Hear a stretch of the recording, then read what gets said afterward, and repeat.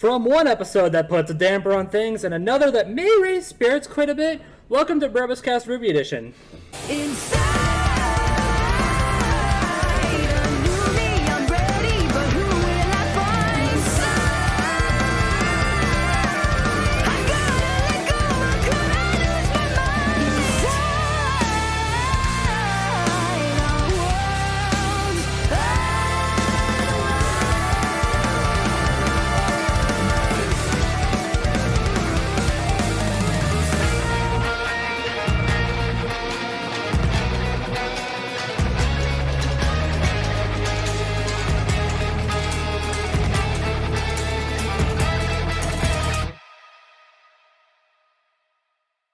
Hey everyone, and welcome to a possibly very depressing episode of BrobusCast. I'm your host, Brobuscus. With me today is Aidan. Hello, we are in for a 2-for-1 special today. And Mate. I won't lie, hoping to get through the first episode quick because, oh god, it's depressing. To an episode that's nowhere near as much, but also, oh boy, there's a lot to speculate on. Yeah. So yeah, sorry we missed out last week, but given the contents of this episode, one of these episodes anyway, I don't think you can blame us. Yeah. Yeah, also, like real life happens as well, like other stuff. That's true too. So to make up for it, this episode we're going to talk about two of them. We're going to talk about we're going to go through Volume 9, Chapter 8, Tea Amidst Terrible Trouble, and Chapter 9, A Tale Involving a Tree. I'm impressed you did that in one take. So am I, to be honest. Hey, at least it doesn't have a word like I've already forgotten how to say it.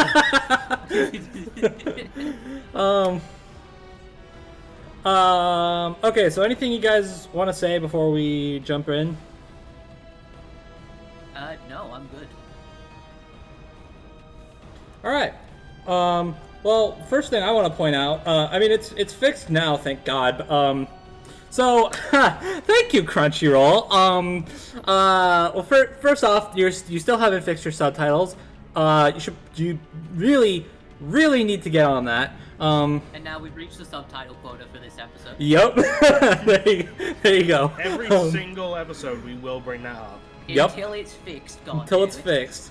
I don't know if we'll do a Volume 9 recap like we did with Volume 7, but if we do and the subtitles are on there, I might genuinely flip something. But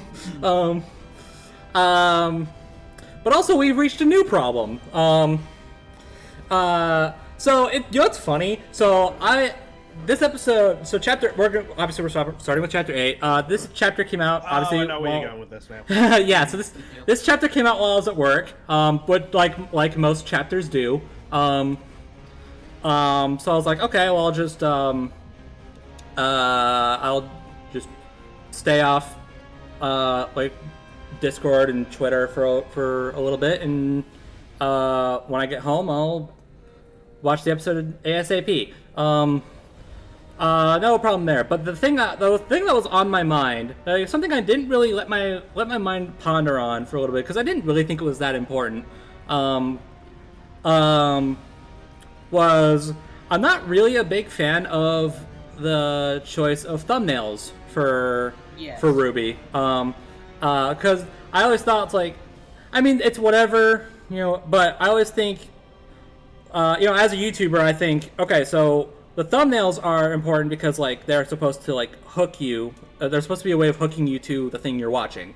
It's like you see this thumbnail on your YouTube feed, and you're like, oh, that looks pretty neat, and then you're watching. It's like, it catches your attention, But there is a fine line to walk between making an enticing thumbnail and making a thumbnail that just spoils stuff. Well, we'll get to that. But I thought, I've been thinking, I thought about this on my way back from work that day, thinking like, I'm not really a fan of how RWBY handles its thumbnails, because it always felt like they took a random screenshot somewhere in the episode and was like, here you go, this will do.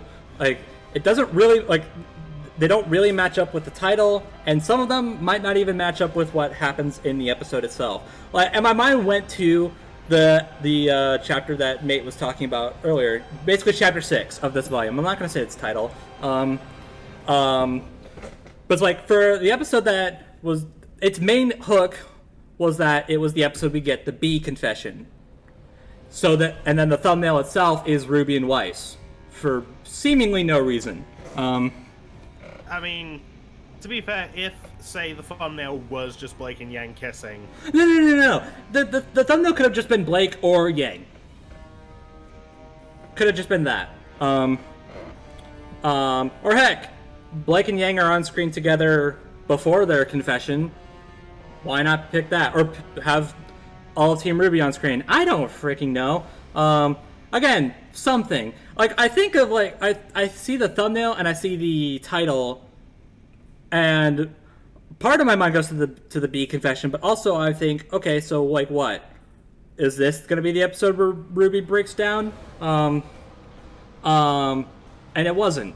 So I'm like, okay, so then, it was just a weird shot to pick for the thumbnail, and I thought to myself, I'm like, you know, that's actually kind of a consistent problem with that for the rest of the series. Weird that. And but I was like, you know what, it's whatever. You know, it's just probably going to be a thing I'm just going to have to get used to. I didn't really notice it before, so it's like whatever. And then this episode came out. And you know, I was gonna wait to bring this up till the end of the volume, but then this episode was like, here, how about we give you a reason to bring it up? Yeah. Because I vividly remember like my reaction to it as well. Yeah. Because I was doing some work in the library, and then I was on the bus. I was on the bus back to my university accommodation for the time that the episode came out. And then I was like scrolling down because I was going to be like, I'm going to watch it while on the bus because it's a bit of a long bus trip. Yeah. And then I saw the thumbnail, and audibly, I was like, what? On the bus, and then I had everyone like turn and look at me. So like, without getting too far into it because it'll be brought up in the episode, the first thing I saw when I saw the title and thumbnail was 3 guest appearances that happened in this episode. Oh, you saw that one. I saw that one. Yeah, I didn't realize until hours later that was a different thumbnail than the one that came out when the episode did. Yeah, because that's the one that came out when the episode came out. They then changed it to one that didn't fix the problem. And then no, they changed it to one that probably made it worse. Meanwhile, so these episodes come out when I'm at work, and because me and Max share a Crunchyroll account, like the episode with his friend Nightstar. No, he gave me a heads up while I was still at work, just like, hey, so if you can somehow, don't look at the thumbnail. Oh boy. And when I got home, the first thing I did was scroll down as far down as I could, and just like hold my hand like over the screen where it would appear, and just slowly scroll up. Like, okay, when does it say RWBY? RWBY, there we go. Click. Okay, didn't see anything. Good. Okay, that's good. I don't think that what the kind of thumbnails they did ruins this episode by any stretch of the imagination. No. It just like at the same time, it's a bit of an issue. Yeah. Fortunately, now it's changed to a much more, a less spoiler heavy and much more fitting shot from the episode, but that didn't happen until like a week later. So a little bit of a too little too late there, Crunchyroll. And yes, I should point out, this is a Crunchyroll problem. Rooster Teeth actually went to them with a few shots that they wanted. They're like, you can use one of these, and they were like, yeah. What if we didn't do that? So yeah. So. hopefully won't be an issue for the end of this volume. But oh gosh, I'm scared for the finale now. But I do think that it's important we bring this up because it is an issue. It is a thing with the Crunchyroll episodes that if RWBY continues to be released on Crunchyroll, we should probably keep in mind. Yeah. And so should everyone kind of watching, just to. Because while I don't think that it ruins the episode, as I know that there are people that don't want like any semblance of of spoilers or knowing anything before going into the episode. So this is just kind of like a PSA from us to yeah. Keep that in mind. Yeah. Okay. Now that we're done with that, the episode begins, and we have a warning, a disclaimer at the very beginning. Great. One. That's how you know you're in for something special. Yeah.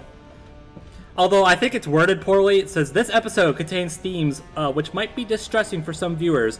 That's way too vague. I really think I'm jumping ahead a bit. I'm not gonna say what happens just yet. Hang on, isn't this 3 episodes in a row that open with a warning? I believe so. Yes.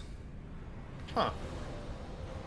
Although the first one of these 3 was for a flashing lights warning, so like that's no big deal.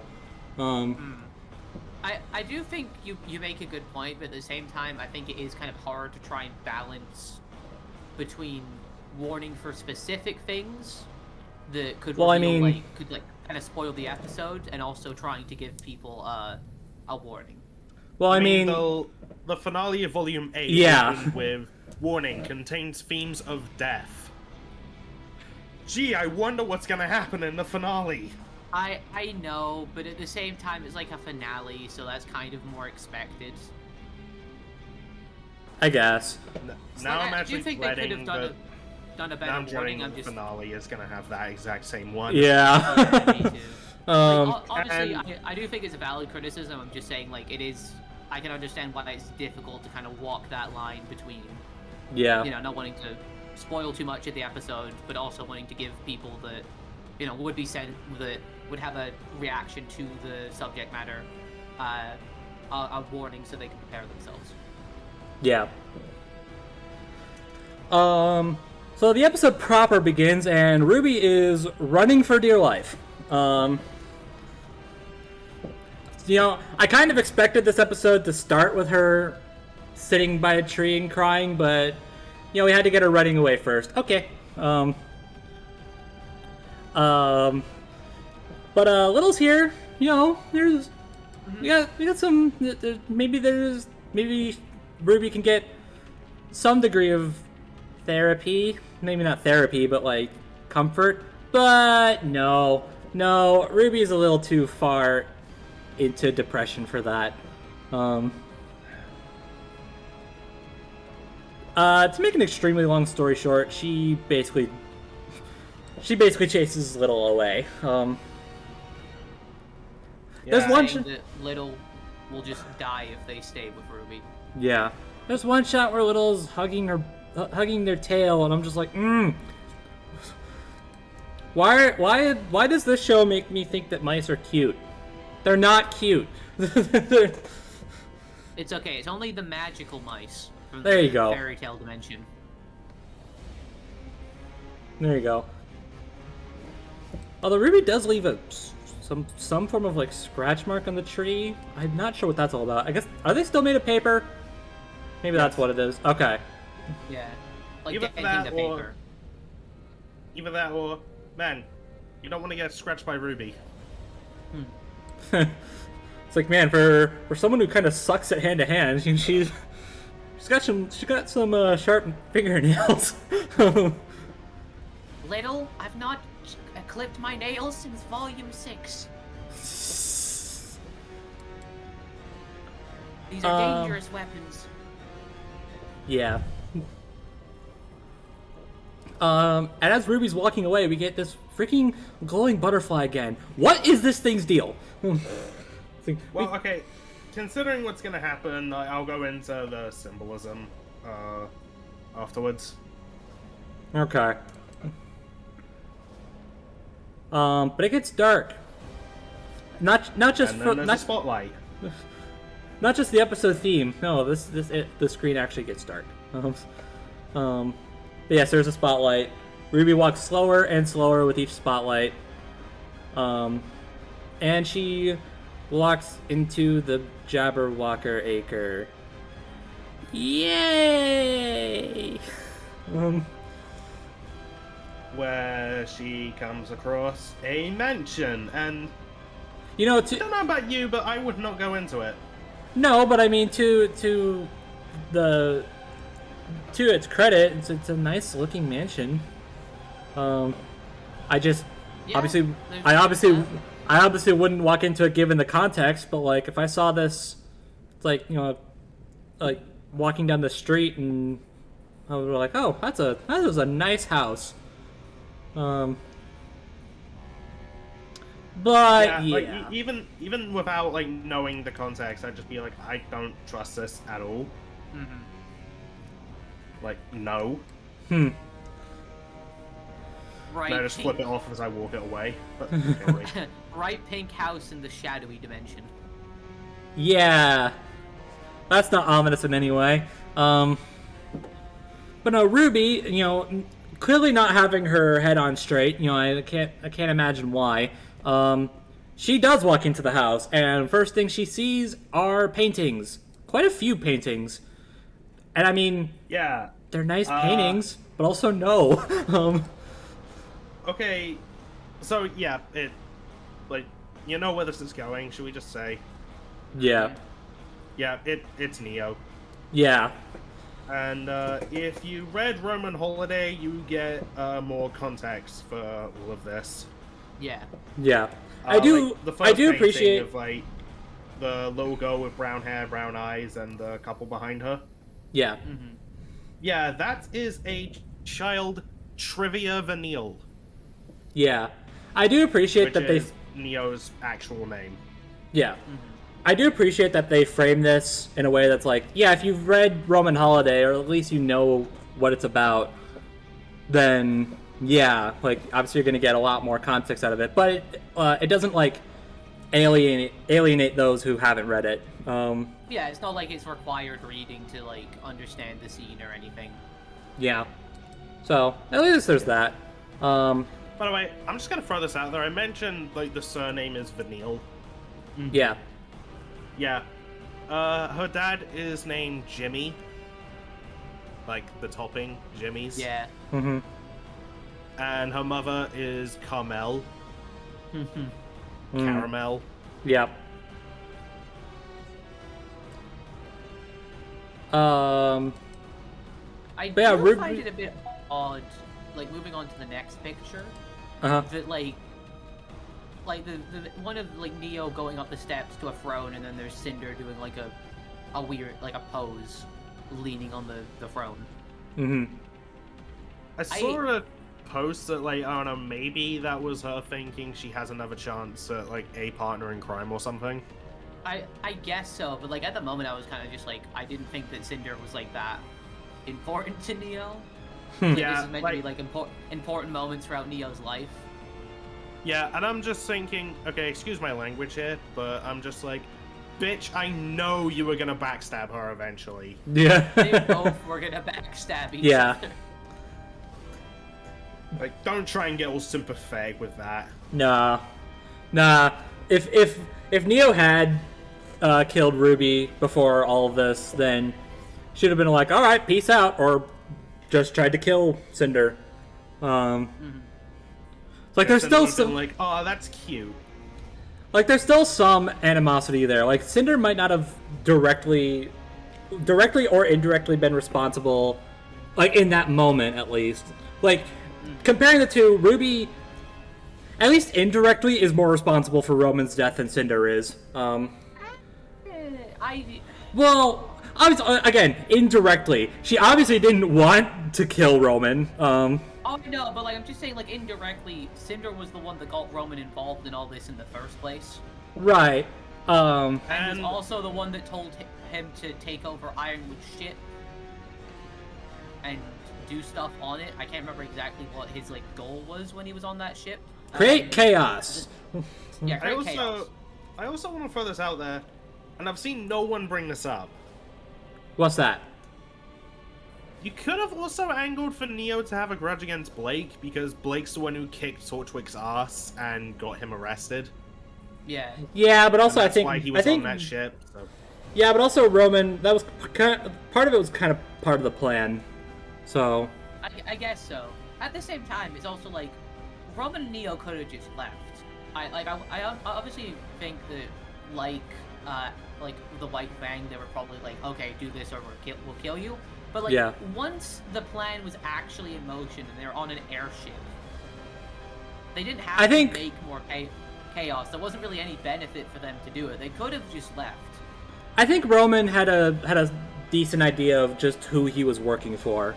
So, because he does mention. Because he does mention during that, he does mention, you can't stop them, I can't stop them, kind of, alluding to, he probably knew that Salem is immortal, like Raven did, so... I guess, but I don't think... I don't think they thought escape was an option. Maybe. They'd be found and killed eventually, so it's just well, let's work with them for as long as we can, kind of keep ourselves alive. I guess, but at the same time, when there's all the chaos going on and you have an airship and all the other people are distracted, Yeah, I also think Roman was kind of reveling in it. He was having fun. I suppose so. I just think that's another thing that people really haven't brought up much. That yeah. He'd already won and got what he wanted in that situation. He could have just walked away. Maybe. I don't know. I guess we'll never know. Yeah. But, yeah, so then Ruby walks up to one painting, and it's of Roman and Neo. Go figure. And as she's pondering what's going on, the Roman in this picture starts moving and talking. Oh, Lord. Which I think is something everyone kind of predicted would happen once Neo got her semblance upgrade, but yeah, it is still really cool to see. Yeah, it's still oh shoot, okay, this painting is alive, kind of. It spooks the hell out of Ruby. Understandably so. Anyone. Yeah. But you know what else spooks the hell out of Ruby? This. Yeah. Yeah, so Roman, I guess, we'll just say Roman. It's obviously not actually him, but we'll humor this for a second. So Roman's basically hey, so, guess who decided to drop in and have fun at this party? And the spotlight goes to a table. Who is at the table, you may ask? Well, Ironwood, Ozpin, Clover, Professor Lionheart, for some reason, as well as Penny and Pyrrha. Well, I mean, you got to see Maya Pyrrha. Yeah. Yay! That's the one good takeaway. Yeah. Well, and of course I hear everyone in their roles again. Yeah. And yeah. I don't know if I'm missing something, but I honestly don't remember Clover ever speaking at one point on his own. I know the voice actor did record lines and stuff. Yeah. But I don't think he ever has a moment to speak. I don't remember him actually. I guess we'll find out as we go through, but I don't remember him actually doing much of anything either. Yeah, same with Lionheart as well. Well, Lionheart at least actually throws attacks later, so they don't do much of anything, but it's some. They don't do much of anything, but it's something. I don't recall Clover doing much of anything. Which I guess kind of makes sense if you look at it from an in-universe perspective, because, like, Neo doesn't, like, knows of them, but probably doesn't know what they sound like. Like, she at least, like, saw, like, I don't know if I agree with that. I mean, one of them was a professor at a pretty well-known academy, and the other was an ace operative, the lead ace operative. I feel like I feel like Neo would have had to universe in like explanation as to why, maybe. Yeah. Those two don't speak, but. Something else I was gonna say. Oh yeah, isn't it kind of when does Roman Holiday specify where Neo is from? Vale. Oh, okay, never mind. Her dad was a Vale councilman. Oh, okay. Cause I was gonna say, like, I don't know. And note how I said was. Yeah. Cause I remember they mentioned that Cinder and her team claimed to hail from Mistral. So I wondered if Neo was involved in that in any way. Obviously, part of that could have been a lie, but still. I think she was, but just to the extent that, like. No, they said Mistral because Lionheart was able to like forge. Yeah, exactly. Yeah. Forms.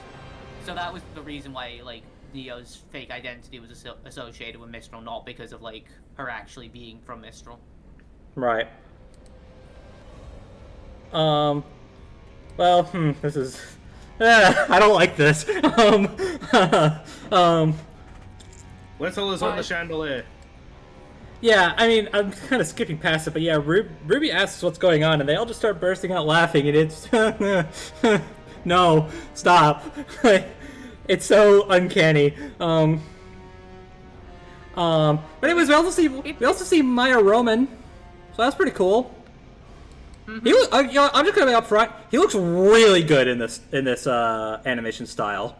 Oh yeah, he does. Oh, I guess we also did kind of breeze past it. Because it adds more depression onto an already depressing episode. Roman's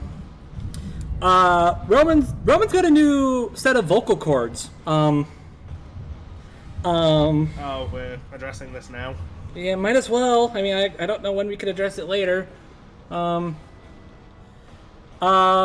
Yeah, okay, so I mean, Roman had a new set of vocal cords in Ice Queendom. You know, he was voiced by Chris Weckhamp there. And he does do some lines here. But there is another. Roman apparently has a pair of voices, which is a little odd, but you know, whatever. Okay, I'm gonna stop dancing around it. A few of Roman's lines here are voiced by Billy Kametz. If you don't know who that is, you can Google it for yourself. Actually, no, that's disrespectful. You know what? It's gonna take me a bit. I'm gonna Google it for myself. And while you're doing that, I'll just say these Volume 9 was recorded first. Yeah. Mm-hmm. And Billy was planned to reprise Roman in the Ice Queendom dub. Mm-hmm. But tragically, before they could start recording that, he passed away. Yeah. Cancer's a bitch. It's a horrible disease. Yeah. Fuck cancer. There you go. Yeah, I guess it just the title. Well, no. Nope. No, that's not the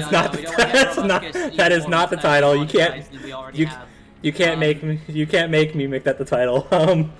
And even I'm saying no immediately after saying it. But even still though, like despite this, the unfortunate situation with Billy, I think he does a phenomenal job as Roman. Oh, for sure. Oh, yeah. Like Billy was already like a phenomenal voice actor in like almost all of his roles anyway. Yeah. I get to spitball a few of them. He was Macaque in Monkey Kid. He was Josuke in JoJo's Bizarre Adventure. Now Fumi in Shield Hero. He was Raido in Shin Megami Tensei. I did not know that. And okay, cool.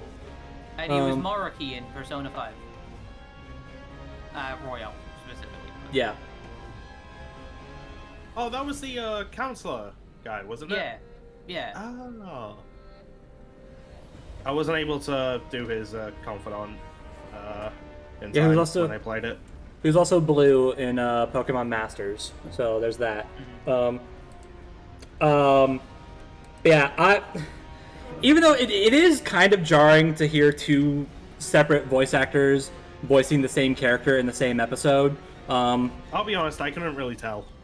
I think it's harder for me to it's harder for me to tell than I think people were letting on, but I think it is kind of noticeable in like the line where it's like you're the one like following a cat in a fairy tale, but I don't think that like it doesn't make the episode bad or anything. No. And I'm much happier that they kept the lines that Billy recorded.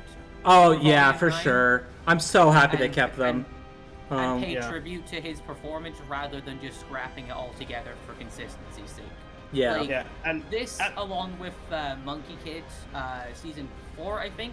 Yeah. Was the last VA. No, I think he might have passed before they were recording for Monkey Kid. I could be wrong, but he was in like one flashback scene as. Oh, okay. But regardless, I still think it was a very good thing of Rooster Teeth to pay tribute to Billy, keep his performance, because it is one hell of a good performance. Yeah. And pay him, when I respect he's due. Yeah, I mean, when I first watched this episode, I thought it was Chris the whole way through, because he was Roman in Ice Queendom, so I was like, okay, they'll probably, if Roman does show up in this volume, they're probably just going to have Chris do his lines there. And they do. That's what I thought as well. But there were a few lines where I was like, dang, Chris actually does a really good job sounding like Billy. Little did I know, and I found out when I was scrolling through the credits that some of Billy's lines are here. So yeah, I mean it is a little inconsistent. Like now that I know, it's like I can tell. There's some lines where I can tell like I think that's Chris, but even still, like, I'm glad that they kept it, because obviously Billy. It just seems like Billy couldn't do all of his lines, or maybe what could have happened was like Billy did record them, but they're like, oh shoot, we need more.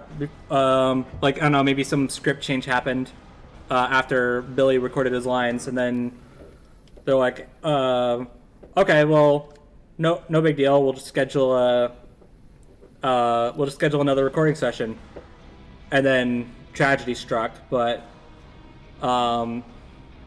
because if I remember correctly, this was recorded a while ago. Oh yeah, it was. So in fact, to give you an idea on how long like Volume 9 has been in production, on the roundtable for episode 6, Kerry said the Blake and Yang's confession was written in 2020. Yeah, so there you go.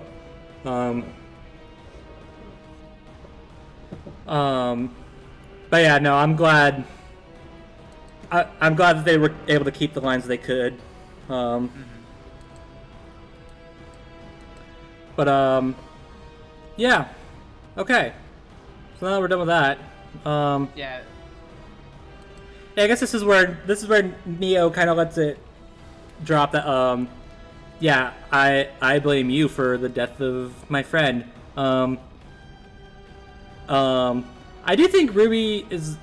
Maybe I'm thinking of something else. Oh no, it's right here. Well, some of RWBY's animations here are a little weird. It's not awful. It's just when she's like flailing her arm around. It looks kind of janky, but it's like whatever. Yeah. And RWBY just says, "Oh, this is what this has all been about this entire time. You still blame me for Torchwood's death. If you think you're getting an apology, you fought wrong." Yeah. And then all of the quote unquote friends here, they do this really creepy smirk, and their eyes turn pink and brown. Oh gosh, why am I still watching this episode? Well, anyways, this affirms the idea that we've carried for a long time, that RWBY is very good when it does like creepy stuff in horror. Yeah, this show should be classified as a horror show. But this pulls off some more horror-like aspects of some actual genuine horror films. This is mad creepy. Well, anyways, Roman pulls out a leaf from the tree. Guess what that means? Is. Oh man, this is a heavy episode. Yeah, so RWBY basically says like, oh, okay, well if you want me dead, then come get me. Stop hiding behind illusions, basically. And then Roman's like, oh, you sweet summer child. Well, I don't want you dead. I want you broken down. I want you to wish you were dead. And then he drops the leaf into a cup that has tea in it. He's offering RWBY a drink. Isn't that what a nice guy, right? Before we go further, I kind of want to just call out Neo for something here. Go ahead. Like, given what the leaves of the tree, does and everything, and basically this how this is presented, I need to ask a small question, and it's, how the fuck did you figure that out?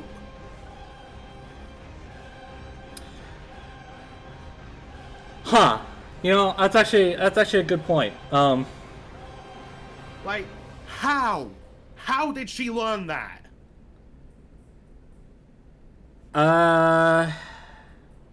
The only thing I will accept is that she tortured the Jabberwocker for information or something. Well, I don't know. Maybe one of her illusions was spying on everybody while they were in the paper pleaser place. I don't know. Maybe.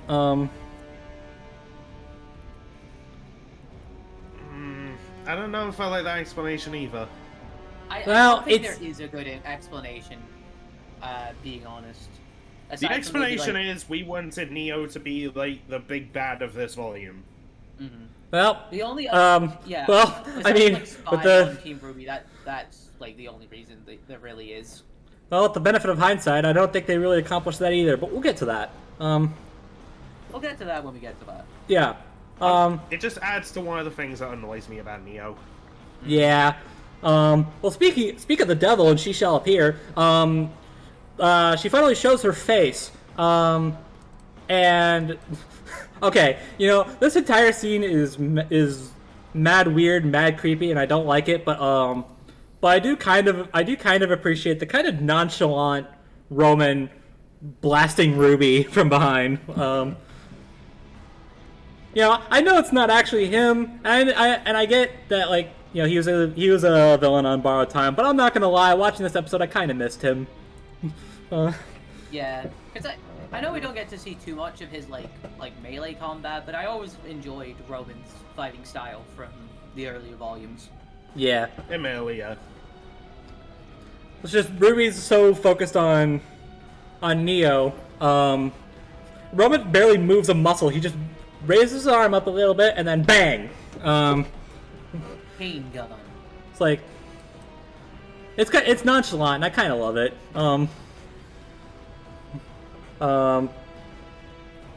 Villains be villains, but I do kind of appreciate when they just have fun with it.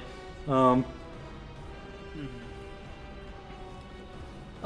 we get this super creepy shot of everyone standing up, smiling, and saying, "We're going to enjoy watching you break." Well, before that, we get I don't know how to feel about this. you know, Neo's kind of treating this like a show. You know, again, you know, she's having fun with it, I guess. And she has this look to Roman, and I'm just like, I don't know if I think I like it, but like, I don't want to. It's like on the one hand, it's kind of adorable, but on the other hand, no. It's also kind of like a bit weirder when you realize that's just like a clone of herself. Yeah, I know, but to be Roman. I know, but still. I'm gonna get into something with just how I am with villains by the end of this episode. Alright, well, I'm looking forward to that. Oh, the smile on Neo's. Once they all get up and oh gosh, the smiles on their faces. Oh gosh, it's like I guess it's more uncanny. I guess it's more uncanny for characters like Ironwood or Lionheart because like you don't see them make this kind of expression. Like I guess with like Penny, it's like it's kind of weird, but it's like I can kind of get it. Yeah. Same with like Pyrrha as well. Yeah. But it's like you have those two, and then you have four kind of stoic characters who, like, yeah, they've smiled before, but like not like this. I don't think Lionheart smiled once.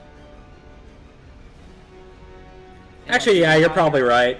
Like, I think he did when he was talking about like handing Oscar over to Salem and being free, but that was about it. Oh, maybe. I still don't get why he's here. Like, no, I don't. To be honest, Lionheart and Clover, I have no idea why they're here. You know what? I saw a comic by A.G. Nonsuch that kind of explains it. Yes, I really like that one. It's like auditions, and it was like, Forrest, no. Adam, like another redhead. Adam would have made Adam would have made no sense. I'm just gonna say that right now. I'm not an Adam defender by any stretch of the imagination. I want to make that clear before I make this point. However, he did cut off Ruby's sister's arm. So I mean, I guess. And traumatize one of her friends. So, like, I think I'm glad it wasn't Adam because I don't want all the Adam stuff to get brought up again after gosh. All the. No, I didn't even think about that. It somewhat does because of what's actually said in this comic, and that is a sign that Neo has, where it's just like, no one cares about you except your diehard fanboys. Next. Exactly. And he gets I'm glad he gets pulled off like Kane to the next style. Like, yeah, oh come on. Yeah. Like, obviously, I'm glad that those people weren't given more like fuel to their fire.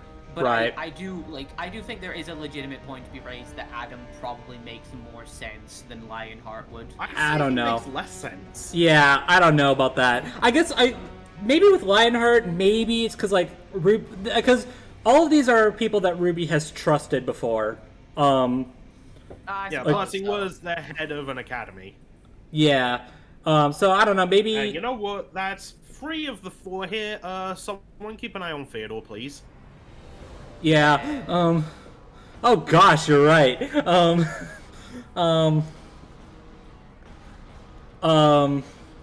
Really, I think I can see like some argument being made for Lionheart, but Clover, I have no freaking clue why he's here. He was a mentor to Ruby, and then all the stuff. Was he? I mean, maybe. I guess. The Aesop's trained Team Ruby. Like, we didn't see it on screen much, but like. I guess you're right. Training. Plus, like, him and her uncle were close. Yeah, and I guess now that I think about it, I don't really know who could have filled their place instead. Yeah, there wasn't really too much options. I will say the part that makes it not make as much sense is because Ruby had ungodly little to do with his death. There was no way to blame Ruby on it for it. Yeah. Like, at least with like Lionheart kind of as well. Yeah, like at least with the others, you could make the argument. Yeah, obviously you can make the argument for your sadist, but like there's an argument that could be made for some semblance of indirect responsibility on Ruby's part, at least in her mind. Yeah. I mean, like Penny, Penny,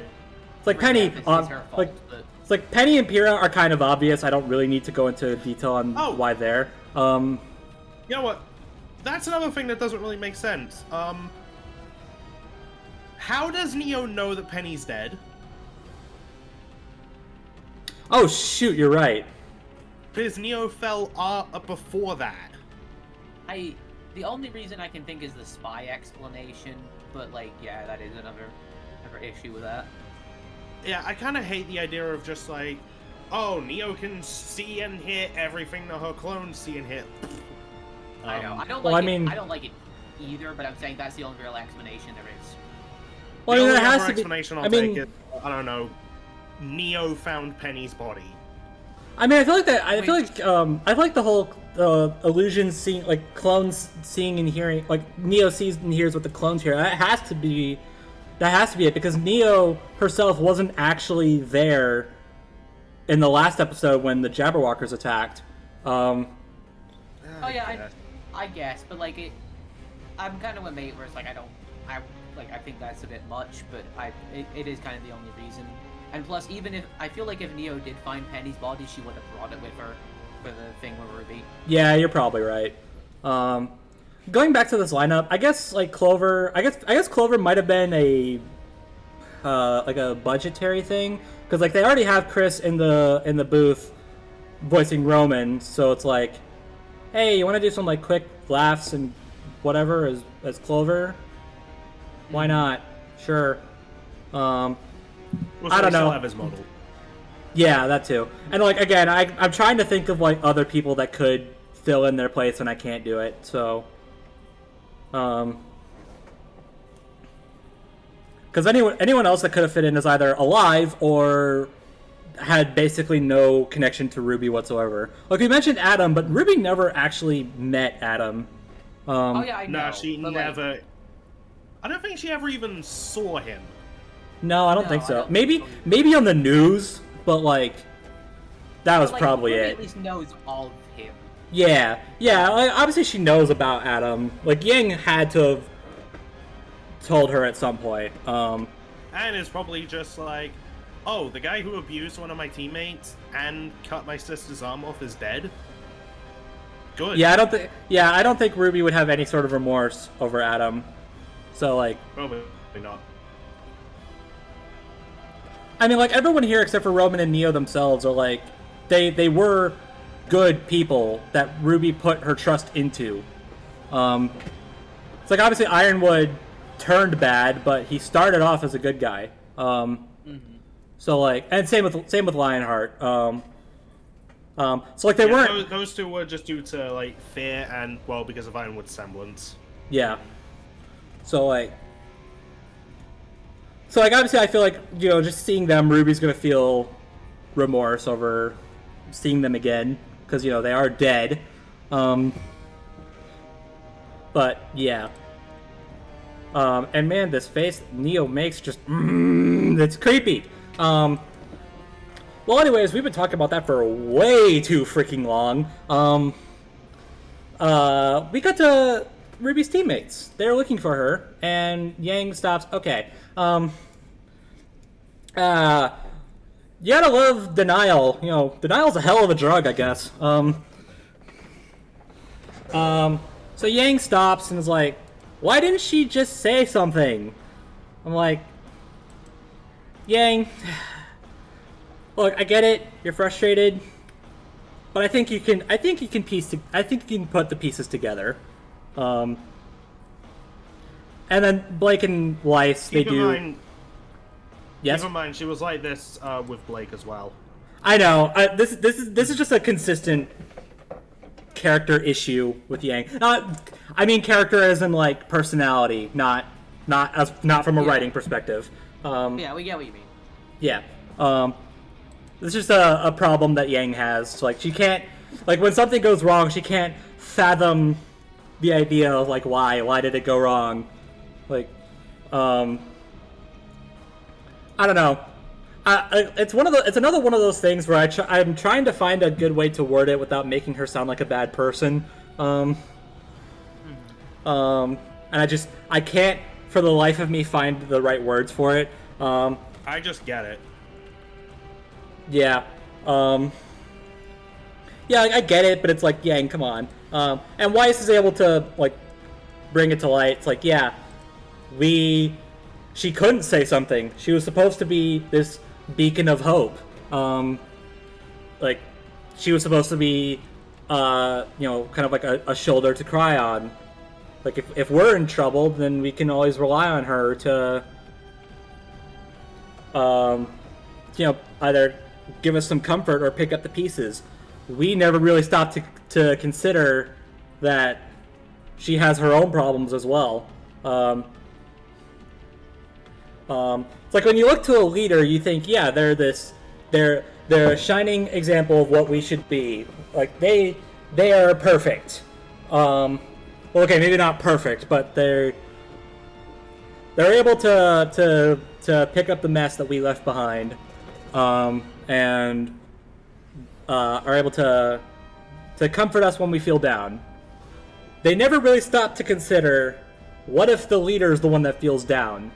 And Ruby, in Ruby's mind, she couldn't let that go because of that. It's like she knows that she's supposed to be the one that comforts her teammates. It's like, I'm supposed to save the world. Whatever happens to me, be damned. You know. But I guess Team Ruby felt the same way, and they just never really stopped to consider the repercussions of that. Which is something we addressed, last episode. So hey, it's good to see it brought up. Yeah, and I mean, to their credit, so Team Ruby's credit, they have tried to talk to Ruby, but just things kept happening that either diverted attention, getting them back to normal size, or Ruby just shutting the conversation down. Yeah, like I do think it's impossible to deny that they didn't at least try, but I also think it's hard to. I think it's hard to deny that what they were, the way they were going about it, wasn't perfect. Like what they were doing wasn't enough, which isn't exactly their fault. Like again, they never really considered that. It's like that's something that doesn't really come to mind until it really starts to become a problem. And then once they started to realize it, they were like, okay, well, maybe something's going on with her. But by the time they really figured it out, it was too late. Props to Juniper for trying to be it's like, hey, being a support animal. Good for them. Yeah. But it is also dawning on me that Jean doesn't say a freaking word during all of this. Makes sense, he was kind of the main reason why she ran off. Yeah. Probably just blaming himself, but yeah. And then Yang comments well, you never asked her to be perfect. I'm like, yeah, well, you didn't have to. It's that's again, it goes back to what I was saying before. Yang just can't fathom this kind of idea. When something goes wrong, she can't really understand why. Which makes sense from Yang's personality, because Yang's always been very open person, very hard on their sleeves, Yeah. Yeah, no, it makes sense given her character, but at the same time, it's yeah, you didn't ask her to be perfect. You didn't have to. That's just kind of how the situation went, Yeah. I'm it's kind of a thing where you start to realize that maybe Ozpin declaring Ruby the leader of her team maybe wasn't such a good idea. I've actually spoken to Max about this. Honestly, given what the other members were going through at the time, yeah, Ruby was the best pick. I mean, I think volume 1 and 2 Yang, I don't know Yang... if I would, okay, I mean, look, they had their issues to work through. Yeah. So yeah, neither I'll of them I would personally maybe go with Blake now, at least. Now, yeah, sure. Yeah, now, but I think like at the time of Team RWBY forming, I think Yang would have been the best option aside. I don't know if I'd follow Yang into battle. Well, yeah, I'm not sure. I love Yang. She's my favorite of Team RWBY, but nah.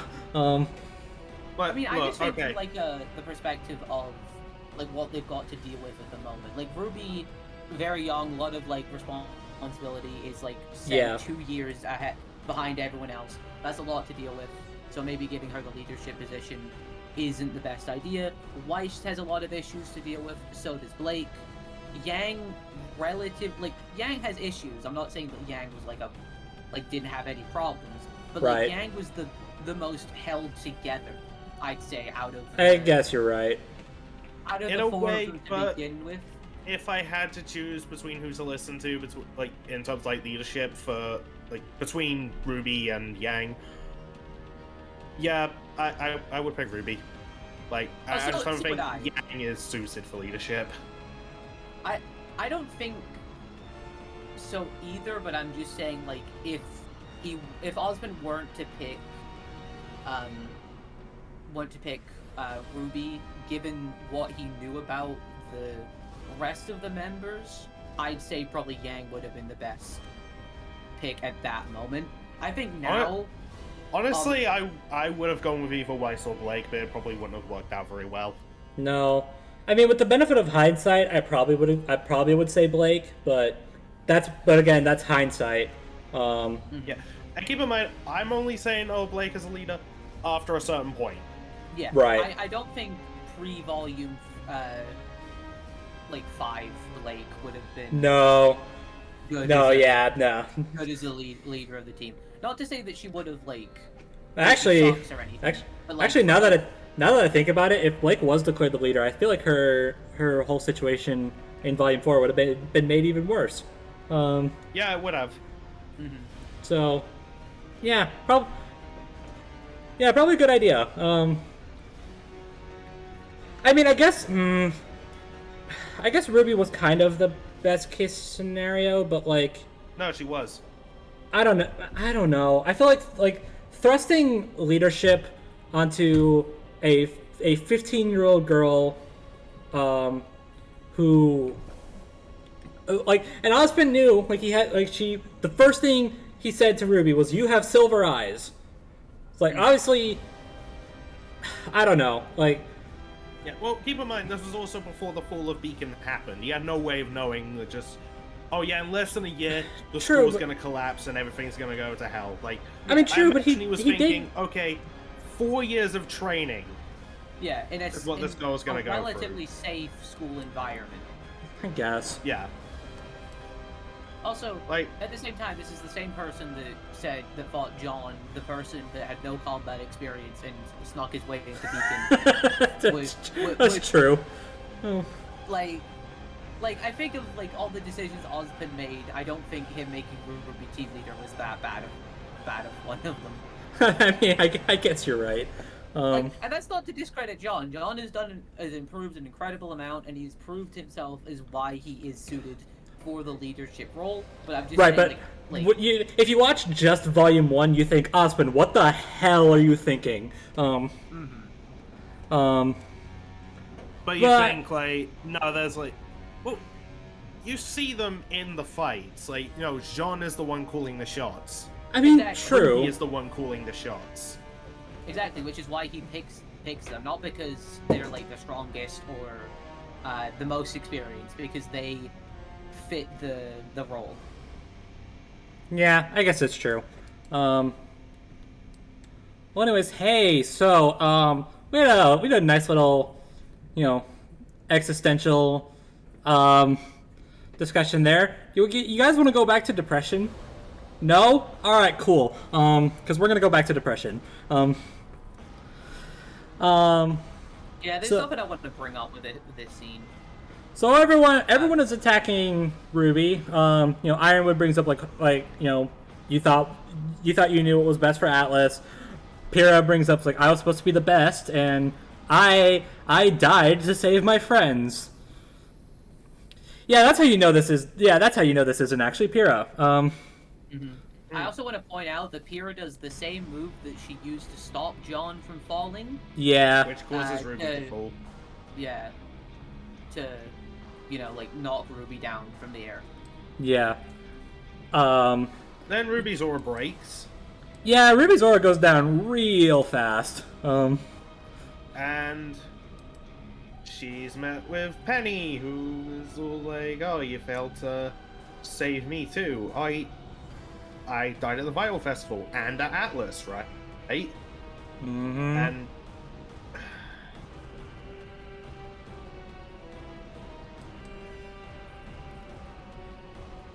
Christ, props to the performances, but no, hate it. Yeah. In terms of like how this hurts, like. Yeah. Yeah, Penny brings up like, she basically brings up how much, how much Ruby meant to her, basically, and like I know that this is some like sick game from Neo, but like, you can't help but think that there's like some form of like truth to all of this, and Ruby's reaction definitely gives off that idea, because the corners of her eyes go red. Does this I don't know how to think about this. You thinking it's a nuts and bolts confirmation? Yeah. I think to some extent it is. Yeah. Honestly, given everything the nuts and bolts shippers go through, I'm kind of willing to just like, yeah, you know what? I can see this as confirmation. Yeah. Given Ruby kind of like half blushes, I think. Again, I'm not quite sure what to make of this. I don't think it's blushing. I think it's just like crying. Yeah, crying because one of the people like her best friend essentially. I mean, yeah. I mean, obviously she is crying. Like I get that, but I don't know. Maybe it's just the shade of red they picked, and I don't know. The fact that there aren't tears. The fact that there aren't tears running down Ruby's face. Like if there were, then I would have been like, okay, there you go. But I don't know. It's just a little. In fairness, she doesn't. I guess she does. She does keep the shade of red when she's in a chokehold from Roman. So I mean, okay, fair enough. Yeah. Also, at the same time, she doesn't really get much of a chance to cry fully before what happens next. Yeah. Because Neo's a sick fuck. Indeed. Still, I guess I'll take this as some sort of like nuts and bolts confirmation. Again, you can't help but think that there's some degree of truth to everything being said here. Obviously, the excessive blaming on Ruby, that's excessive, but like to some extent. Yeah. I don't really blame anything on Ruby. No, I don't either, but I'll save a thing for later. I'm more so referring to like, Penny's line of like, how much they mean to each other. Like, I feel like there was something there aside from just like, yeah, they were really good friends. Yeah, no, oh god, I'm just remembering that meme. They were roommates. Anyway, so Pyrrha does some neat pole dancing before. Oh my! Drop. Yeah, I mean, I guess you can look at it that way. Sure. Hey, you said it. Well, I mean, can you like what else do I describe this as? To be fair, it is so unnecessary. Like she hits Ruby with a spear, and then she like puts her spear down and like spins over it, and then drop kicks Ruby. My god. Look, if you have a better way of describing this, then I'm all ears. But at the same time, I'm calling it like I see it. Then Ironwood pins out to the wall, punches her, and very brutal punch to the gut. Jeez. And throws her to Osborn, who starts beating her with his cane like she's a piñata. Also kind of a reference as well to what Roman did in Volume 3. Oh yeah. I guess also, you can view it that way. But the performance of Osborn when he's saying all this sounds like very Joker-esque. Like that kind of like raspy. Well, I mean, it is coming from Neo, so I guess that makes sense. Yeah, so if Shannon McCormick ever wanted to make Osborn sound like that, well, there's the chance. Yeah. So and hey, RWBY uses her scythe for the first time this volume. But yeah, she doesn't use it on Ozpin. Ozpin morphed into Oscar, who bleeds out. Even in the volume, he's not in, my poor boy. The Oscar Protection Squad has failed miserably. It's not even him. No, you can't even call them the Oscar Protection Squad. They've not succeeded once. Yeah, that's true. I'm just throwing this out there as someone who ships Rose Garden with the assumption that Osborn's not gonna be there. Right. At some point, just throwing it out there. And who also has an OC that's their kid. That hurts. Yeah. Yes, very much so. I mean, I don't. Man. I'm also just gonna call Neo out when she starts like turning everybody into closest friends. Well, okay, before you get to that, okay, on the one hand, also like Rose Garden confirmation as well. A little bit, yeah. Like Neo specifically for like she doesn't bring out Oscar before. She waits specifically for RWBY to land a hit on Ozpin, and then turns him into Oscar, and then has him die in front of him. Yeah. I will say, before we get to the thing that Mate wanted to bring up, I both love and hate the animators for this. It's like, they don't shy away from the kind of gruesome scene that just transpired. Like, Oscar's wound is like, his blood is spreading across his body. There's blood behind him, on the ground. It's like, this is brutal. It's always Oscar. And it's like on one hand I absolutely commend the attention to detail. But on the other hand, no. Yeah, like on one hand, no, but also on the other hand, I do like that they're able to do this now. Like go into this more like gruesome detail. I obviously don't think it should be like, I don't want RWBY to be like one of those like etchy right. But like one of those anime that's like every hit like blood splatting everywhere, like body parts being blown off. But like I do appreciate that RWBY isn't afraid to like shy away from moments like this when it does become relevant. Yeah. Although I'm just gonna say right now, am I the only one who thought that Oscar was genuinely cut in half? Because that's how they were. Because that's how they were framing it for a little bit. Always Oscar, bro. Like, it's always Oscar. Season, Poor guy. Season, it's not even actually him. It's like, I know. Still. Anyway, so all of the dead people morph into alive people that are part of RWBY's either friend circle or family. And I have to ask Neo specifically, why have Lionheart turn into Blake? I don't know. Is that because of fairness? In which case, racist. Cancel Neo on Twitter. Also, it is not lost on me that this is probably the only time in this entire, I don't know whether to take comfort or discomfort in this, but this is probably the only time this entire volume we're going to see Crow. Hey, at least when you saw your favorite character, he didn't get cut in like by a giant scythe. I know, but like, as someone who does have Crow as my favorite character, also, you know what? I'm just gonna call this out. Was it an intentional decision by either Neo or the animators to have Crow specifically form from Clover? I bet you didn't even think about that. I did not even think It crossed about my that. mind just a minute ago. Yeah, when you mentioned it, I was like, oh shit. It's like, was that intentional?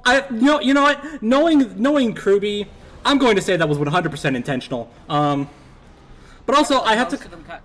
I feel most of them kind of link up, so I feel like it probably is. Yeah, but also I have to comment on this. I will say there's kind of a bit of like suspension of disbelief here, because like, how does Neo even?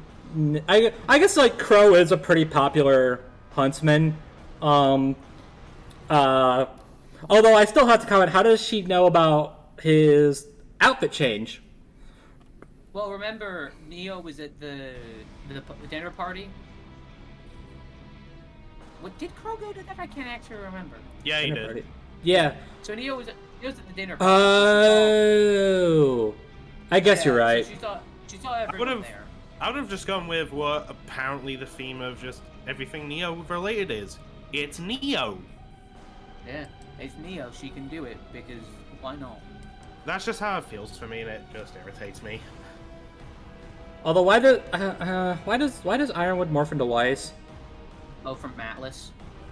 Oh yeah, I guess you're right. If we have to, I think that's it. Like some of although them this deeper meaning, this like Penny turning into stern two of the look. most important people in RWBY's life, and then Yeah. there's like lesser connections. Like okay, the Faunus turns into the Faunus, and the person from Racist. Atlas turns into the racist.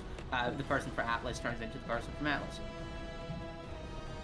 Okay, and then I was about to ask them why does Penny morph into Yang, but I guess you know what?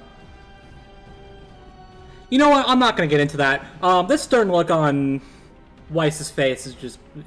Have I mentioned this scene is creepy yet? I don't think I've made that point abundantly clear. Also, I want to point out that Pyrrha turns into John. Yeah, because of course he does. Also, where does Ren and Nora come from? Who are we missing here? Where's Lionheart? Where's Lionheart? Oh wait, no, Lionheart morphed into Blake. My bad. Wait, okay, so let's see. Well, Oscar morphed into Oscar and died. Ironwood morphed into.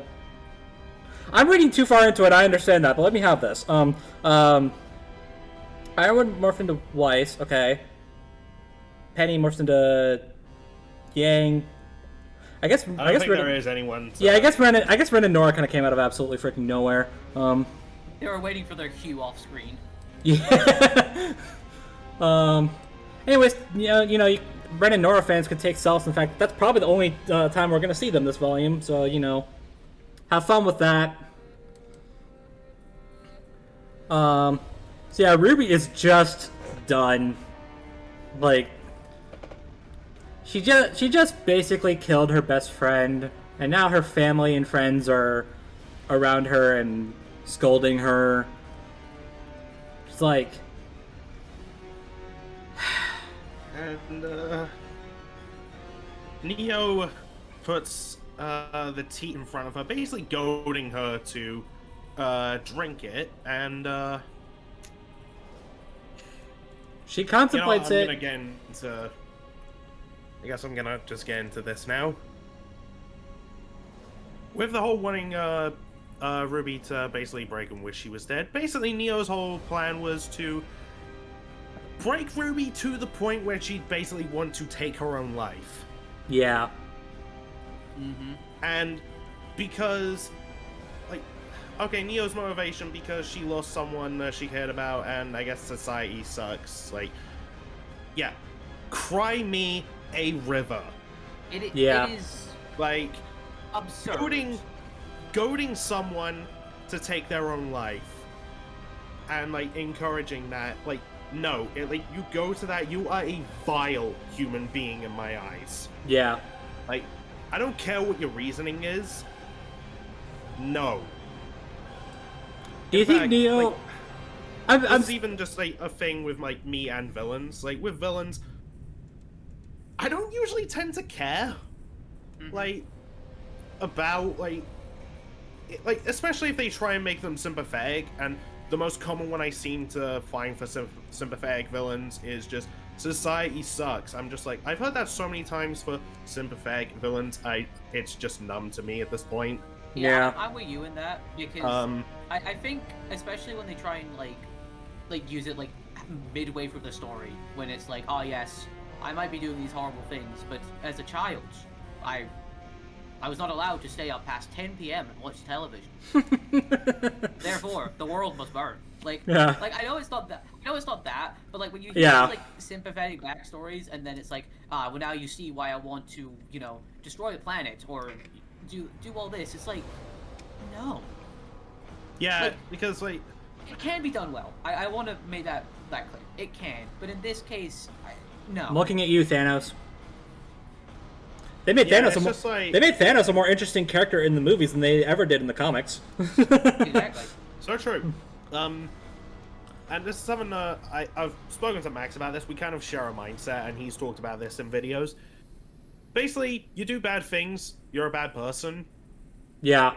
So, yeah, when a villain is just like doing all this evil stuff, and even just like casually murdering people, and not giving a crap about it, which Neo has done, by the way. Yes. I tend to not really care what their backstory is.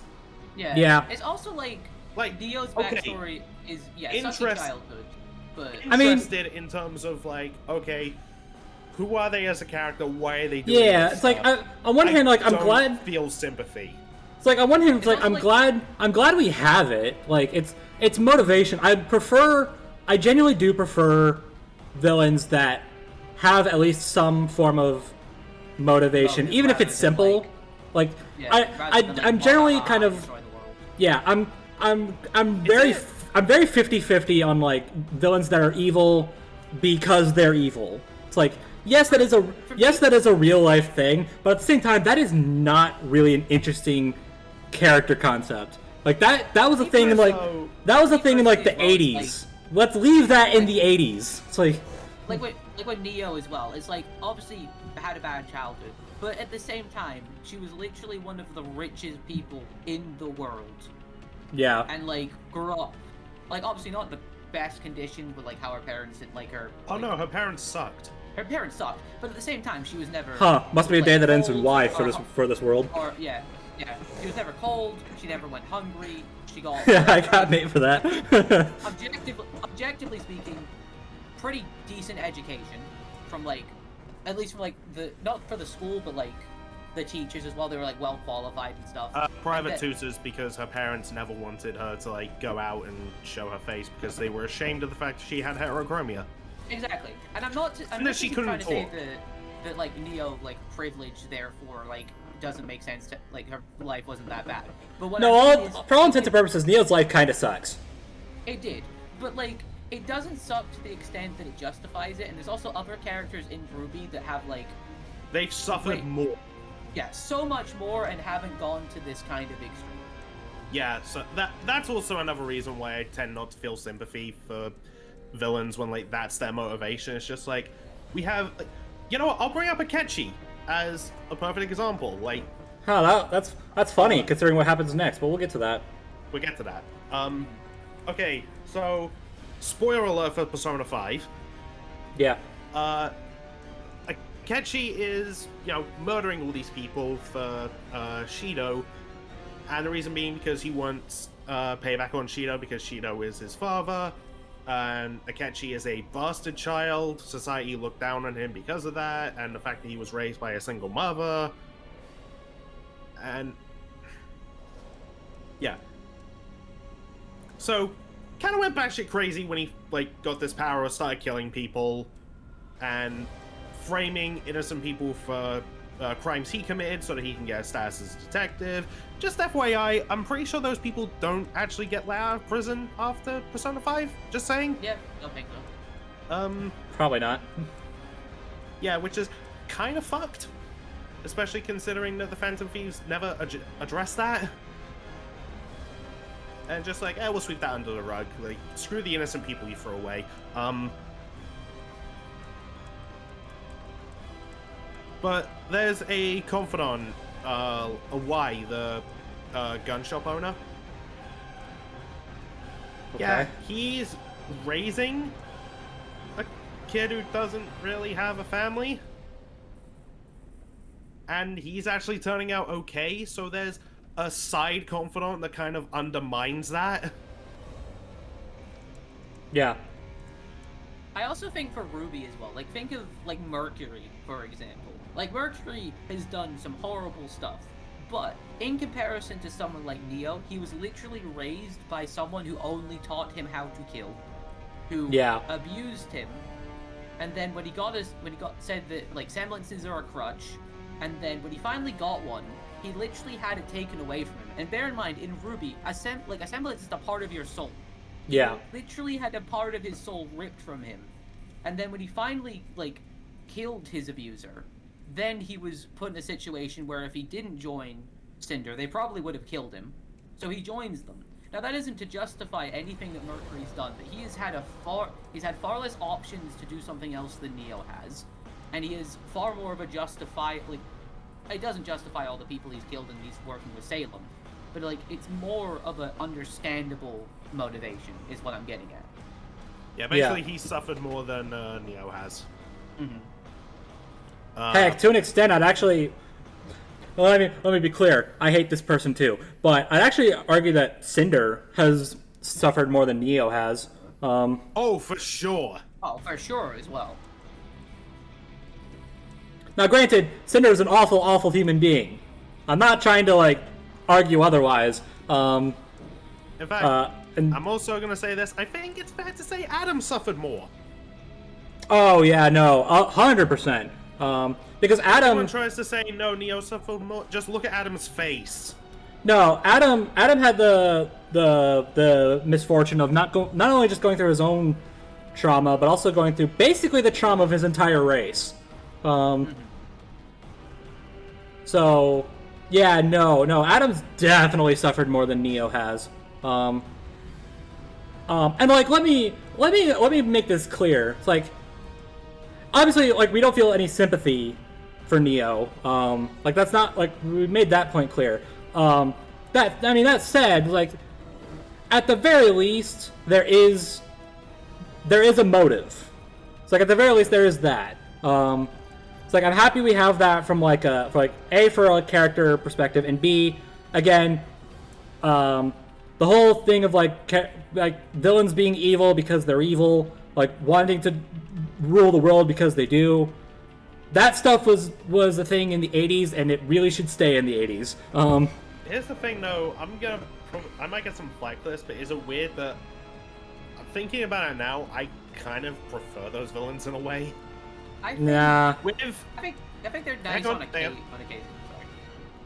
But I think it works best when they're played by an actor who just goes, fuck it, and just goes all out, like, I'm evil, I love being evil, I am gonna have so much fun with this role. Yeah.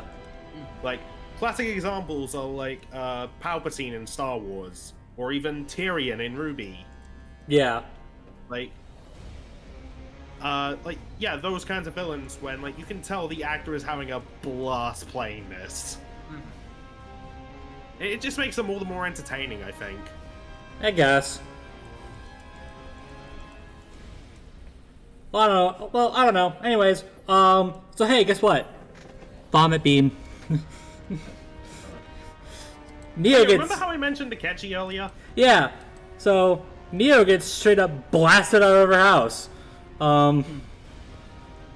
And guess who does it? Hey, look, it's Curious. It's been a minute since we've seen you, buddy. Robbie to the rescue. Robbie to the rescue. I'm like, hey, you know, they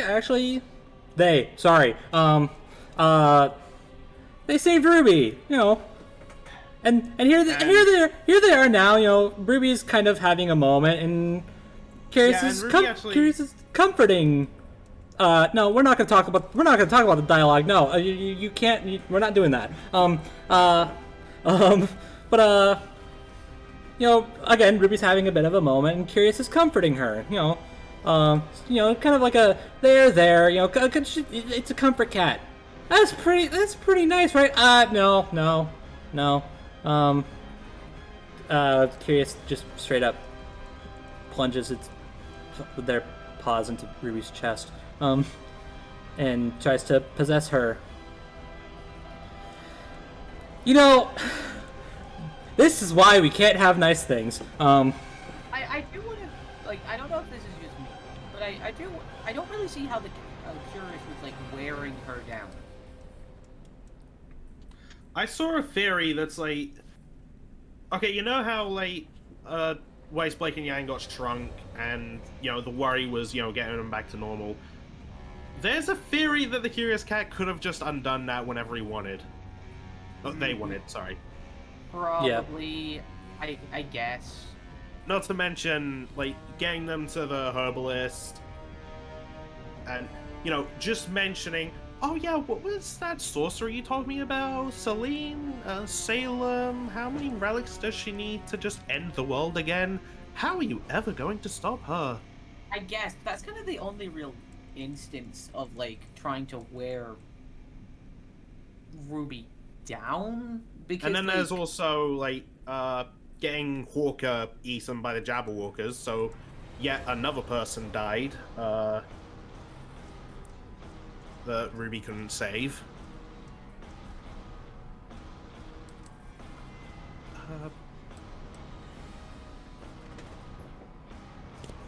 So I'm just yeah, saying, it's like a whole thing. Yeah, I guess. I do see it. It doesn't really, like, looking back on it, it doesn't feel like the cat did, like, anything too deliberate, I guess, to wear RWBY down. I mean, maybe not directly, but I don't know. I mean, RWBY's mental status has kind of gotten worse and worse as the volume's gone on. So. Oh. No, actually, I did see a theory that the Curious Cat has been watching them like for a while. Well, that's because he has, or they have. Sorry, again. No. And it's even as far back as like you remember when Blake was with Weiss.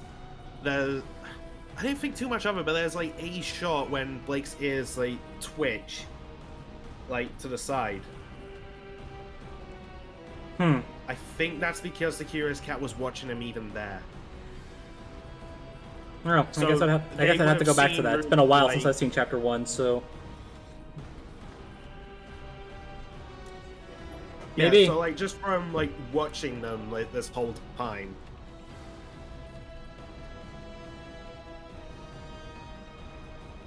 I don't know. It's a theory, at least. Yeah. Yeah. Well, anyways, as Curious is doing this, Damon, apparently. He has voiced a grand total of 2 people that have backstabbed the main protagonist. And that's too many. Yeah, too many, apparently. I guess. What'd I tell you? This cat is sketchy like a catchy. Indeed. I like one of his lines, like, I like one of his lines, like, I haven't been entirely honest with you. And I'm like, no, no kidding. It's like, it's like, you know don't. That you were always my favorite member of Team RWBY. It's like, you don't freaking say. Yeah, and then there's this massive bomb being dropped. It's like, hey, I'm looking for my creators. Oh. Who cursed this cat with curiosity and a unending, like, I guess thirst to, like, know everything. Mm-hmm. Like, and once they again, left. more justifiable reason than Neo. And they left. Yeah. And they left to go and make Remnant. Yeah, they couldn't finish that sentence because, you know, I guess we're jumping ahead, but Little does bite their tail, and it's kind of adorable. Yeah. So the gods created this little sucker too.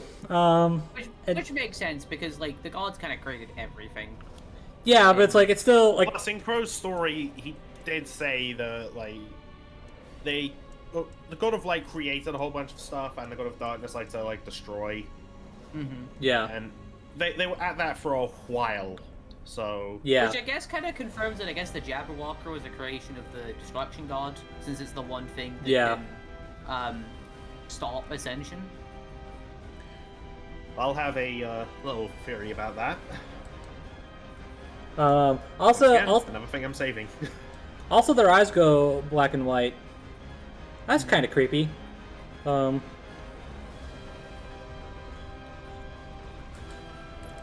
don't know why, but I get some laughs out of like Curious having this like massive dialogue, and then all of a sudden, ow, my tail! Little once again being the MVP. Indeed. Oh god, and well, and apparently, well, I mean, I don't know if I consider this props, but it does create enough of a distraction for Neo to come back and absolutely wreck house. Neo just straight up backhands Curious into next week, and you know what? I don't like you, Neo, but I gotta admit, I kind of appreciate that. Like, hold on to that thought, because yeah, true. Little runs over to RWBY and tries to encourage her to get up. I was about to ask why is there blood on Ruby's fingers, but I guess she is. Ruby is kind of messed up, so like, yeah. Yeah, it's also like she feels she has blood on her hands, and then bloody hand. Well, no, yeah. Well, anyways, because I don't feel like making a dramatic thing out of this, because no. As Little is trying to get Ruby to get up and get the hell out of Dodge, Neo just steps on it. Neo just steps on them. And I audibly gasped at that. And even twists their foot and has a massive smirk.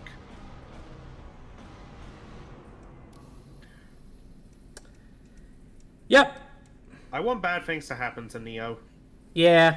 Well, well, it's kind of funny that you say that, but we'll get to that later. And then... Okay, so... The rest of the gang arrive. Okay, well, I'm just going to warn everybody watching this right now. This is going to get depressing. Like, really depressing. Like, if you thought this entire episode was dark as is, you haven't seen anything yet. I've seen people bring this up. So when everyone gets there, Ruby's basically under the assumption that they're Neo illusions. Yeah. Yeah, I was gonna bring that up too.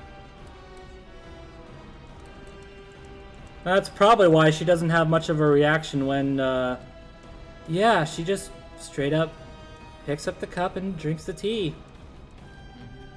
She gulps that sucker down. I don't mean to laugh right now, but I have to get something here. Then a giant hole opens up and swallows up the cup, the plate the cup is on, Ruby, Scythe, Little, and yeah, Ruby herself. And I'm gonna be honest, I really thought they were going to end the episode right here. So did I. Honestly, same.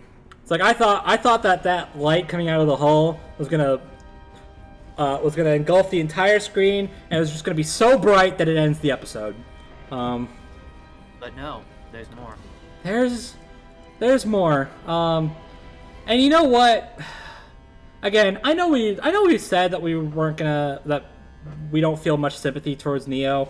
And look, I don't like this. I don't like this girl. I don't like this girl at all. That being said, what happens next, I probably wouldn't wish on my worst enemies. Well, okay, you know what? I'm jumping ahead a little bit. Basically, Neo has this, like, inner monologue. Basically, like, Roman in her head is like, we did it! We got her! We can do whatever the hell we want now, right? But, no. No, Neo's not satisfied. Like, she got what she wanted, but now she's realizing that... Empty. Yeah, she's empty. she doesn't know what to do anymore. It's like, yeah, I did it. I killed Ruby. Now what? Like, the one goal I had in my life is done. Now I have nothing. It's like, all I wanted was her dead. And now that I have it, what do I do? And it's causing such a turmoil in her mind that she basically goes comatose. And even Roman is like, wait, this isn't all you wanted, right? It kind of makes me think that there's more going on here than just, oh yeah, it's another illusion. I don't know. I mean, obviously I don't think Roman is alive. Like, that's crazy. But no, that's just all inside Neo's head. Yeah. And while this is going on, watch plot twist. Plot twist. The Roman clone has sentience. I don't know. I'm trying to get something out of this, guys. I don't know. I appreciate it. But yeah. Team RWBY is like, just they're in such shock. And shout out to I say shout out. Shout out's kind of a weird, phrase to use. I'll just say, I don't think Yang would have been able to hold herself up. No, she is clinging. That she's got Blake holding her. Yeah, she is clinging on to Blake for dear life. But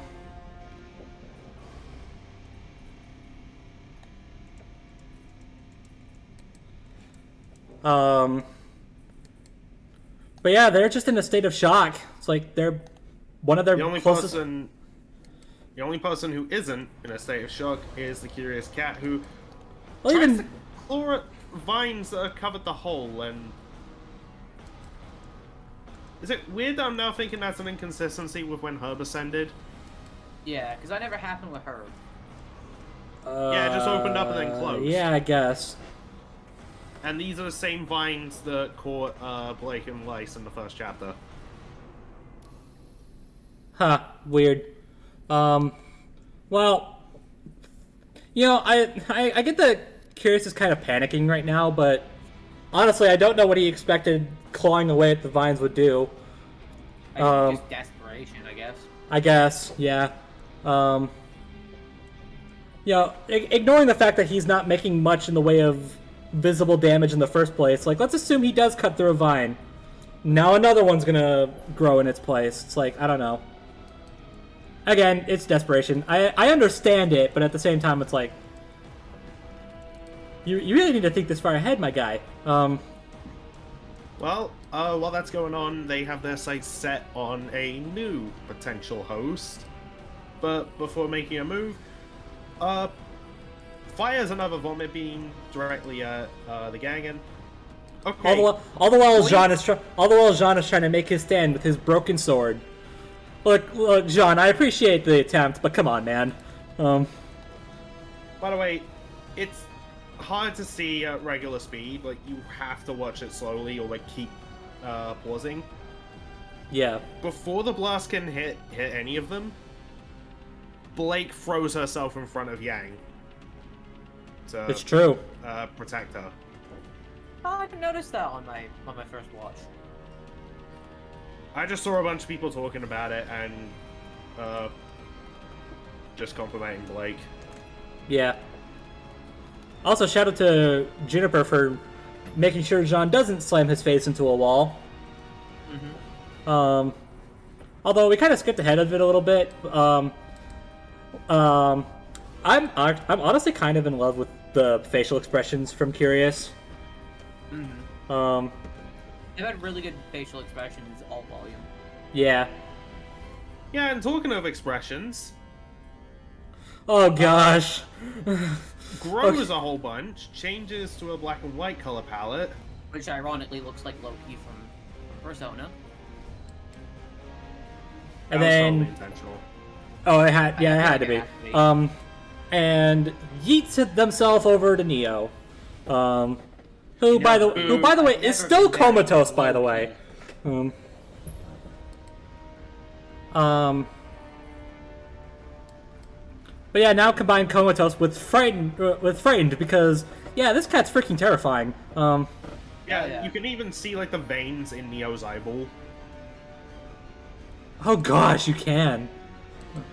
It's like, yeah, she's not moving, but she's also terrified. Yeah. Yeah, this is what I was referring to, by the way, when I said that I wouldn't wish this upon my worst enemies. Yeah, the cat gets right up in her face, and then literally gets right up in her face by climbing inside her mouth. Yeah. Ugh. And it's just No. horrifying to look at. No, just absolutely not. And just the Neo's facial expression too. Just no. It's like, look again. I don't like Neo, but no. Like, can we not? Although I mean, I guess shout out to Jean for trying to save. I don't think he was actually trying to save her. She yeah, I wouldn't even call that trying to save Neo. I would just say like trying to stop the cat Curious. Gets a human body, they can get Remnant. I have to stop the cat. Yeah. It's like I don't think Jean actually cares what happens to Neo, especially now. I wouldn't blame the gang if any of them cared. Yeah. Nah. Well, didn't care, I should say. Like, had the cat not done anything, I wouldn't be surprised if, like, after a little bit, it would have just been going. It's like, all right. I don't. Yeah. Then the unthinkable happens, and Neo speaks. Yeah. And it's not Casey. It's not Casey. No. Although I did wonder if she like.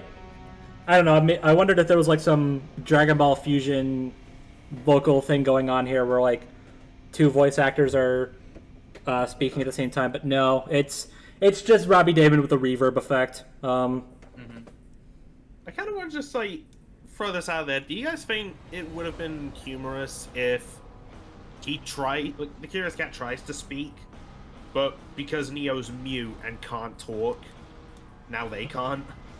That would have been funny, but that would have been such tonal width. Yeah, I don't think that would have fit the scene.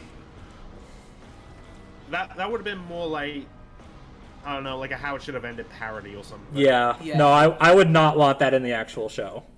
No, like, not in the actual I feel show. like if that was the case, the cat would just like look down and just leave the body and just go, yeah, mistakes were made there. Although I do appreciate that it's not actually Neo talking. It's like, look, we can talk smack all we want about this character, but she is still a representation of a genuine disability. So her speaking all of a sudden probably would have been kind of sus. It would have been in bad taste. Yeah. If they did have Little Neo bit. speak. Although I paused on this. No, I'm getting this off my screen. It's, the smile and all the rows of teeth. Yup, that is no. Yeah. Of all the creepy things that happened in this episode, that's probably the one that got the most reaction out of me. Like, no, absolutely not. Nope, don't want to see it. And it's even got a. They even gave her a cat mouth. My gosh, it's like not just the teeth, but they went full cat on her mouth movement. It's just fantastic. Well, anyways. Cat ears. Wait, what? Oh, okay. Why am I backing up? I'm backing up. I'm gonna have that face on my screen again. No. Okay. Well, anyways. I've already clicked on the next episode.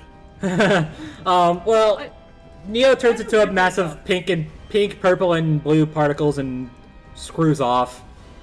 Yeah. I first thought for some reason this was like copying RWBY's semblance. No, it's just. No, it's a combination of Neo's and the Curious Cat's powers. Oh yeah, I know. I just like at the time when I saw the effect, I was like, wait, that kind of looks a little bit like with the particles and everything. It was kind of like RWBY's semblance, so I was like, wait. Yeah. Also, man, I'm looking at the voice credits now, and this is the most stacked episode this season. Yeah. So I can't believe that they brought Aaron Dismuke back for Oscar just to go, me. Yeah, just for the one line. I mean, they brought back Chris for Clover, even though he doesn't actually say a word. So... I appreciate the attention to detail. Yeah.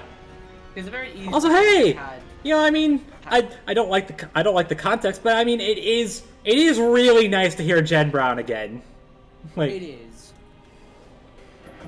Like, it's been... It's nice to hear her as Pura again, but also not nice in the sense that, well, everything she says. Well, yeah, no, obviously not, but... The same for Taylor as well. I was glad to hear them as Penny again. Yeah. Oh, yeah. And, you know, in case the disclaimer at the beginning of the episode wasn't enough, we now have a tribute at the end of the episode in loving memory of Billy Kametz. And now I am sad.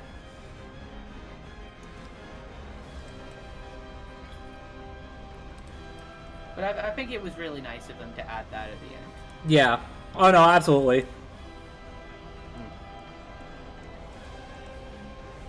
It's also just interesting looking at the concept art for the teeth in the concept art for like the alternate curious form.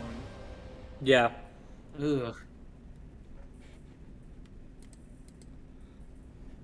Well, this is going to go into I don't actually know how long this list is, of episodes where, yeah, this was a good episode, but I am probably never going to watch it again. Same, honestly. Unless I am binging this entire volume, which will probably happen.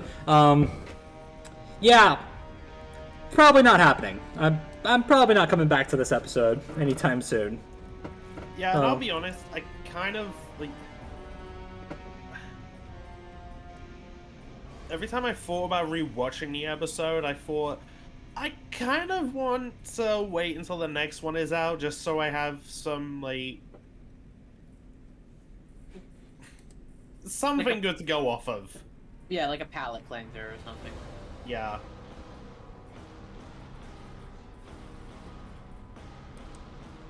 And even though it's a bit of a hard episode to watch, it is still a phenomenal episode. Like, yeah, for sure. Oh, for sure.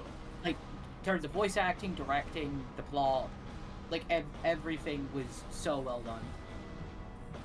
Yeah. And look, if an episode can break me at that point, I say just hail the writers and the animators. Exactly. Pretty much. Yeah. It's also kind of weird to think that for a lot of characters, this is going to be our last time ever hearing or seeing them. Yeah. Well...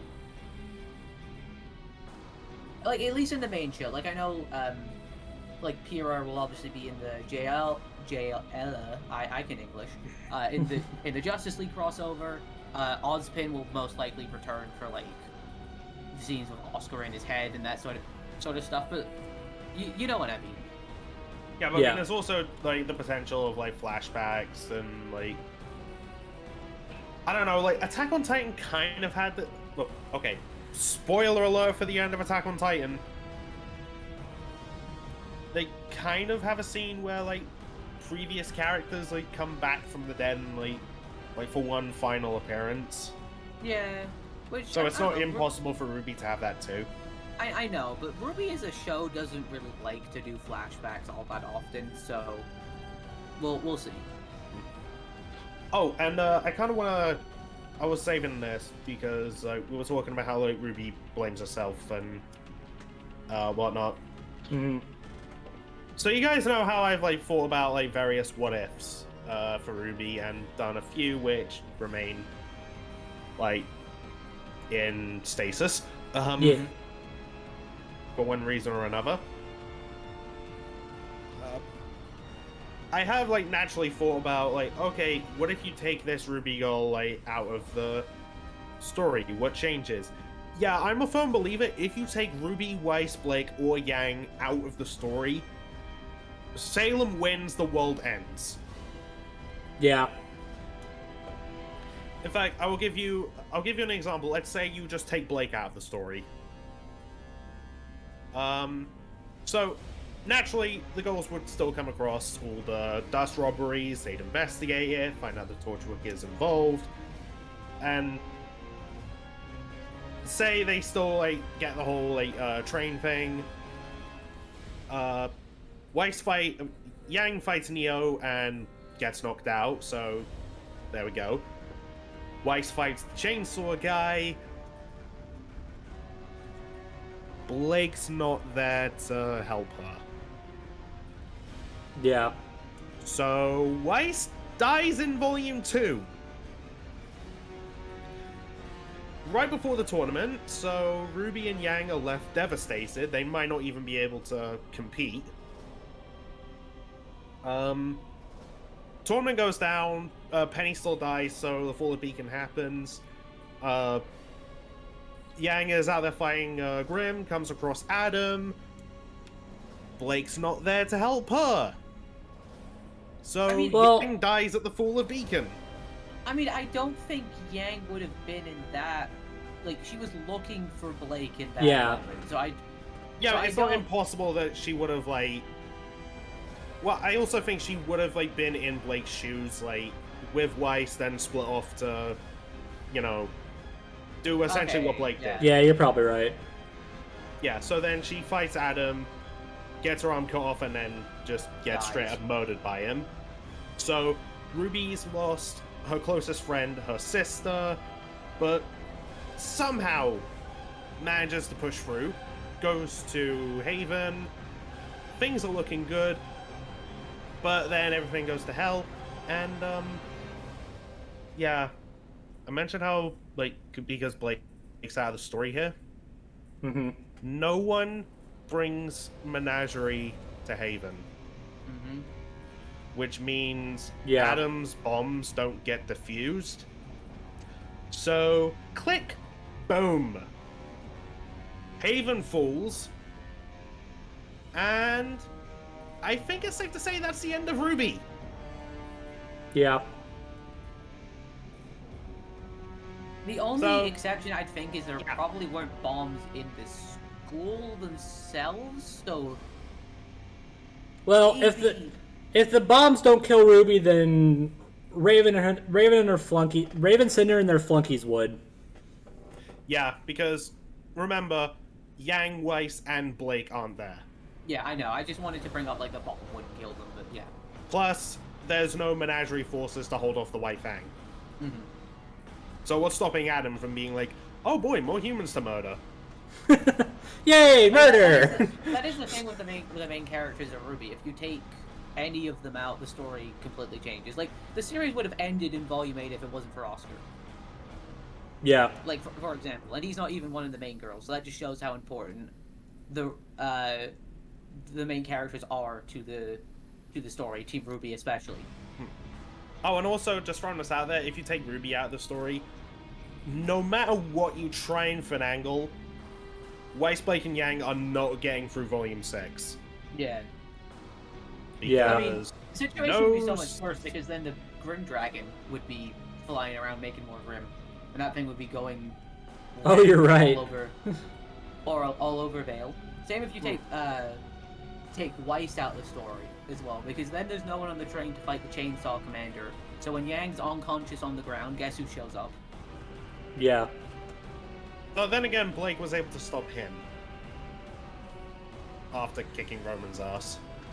I know, but like, she'd be busy with Roman, he would probably kill Yang, and then Blake would probably take him out. But like, you know what I mean? Yeah.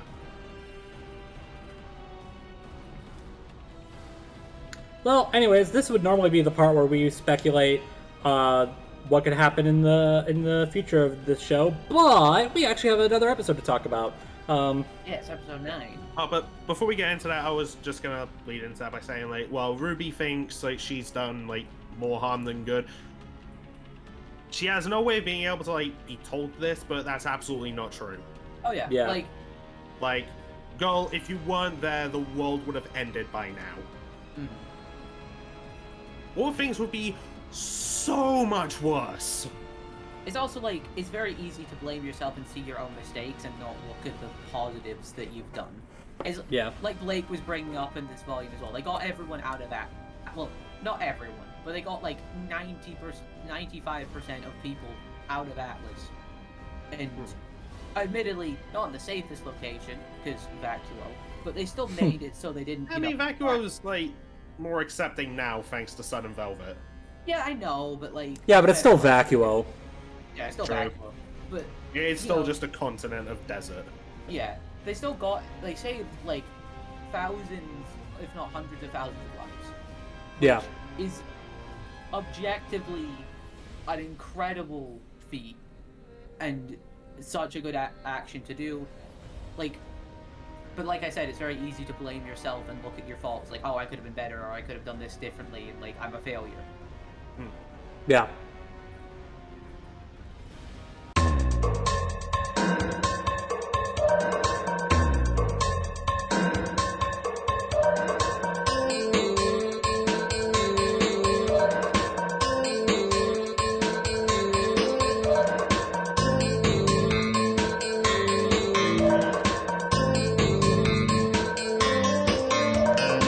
Alright, we're back.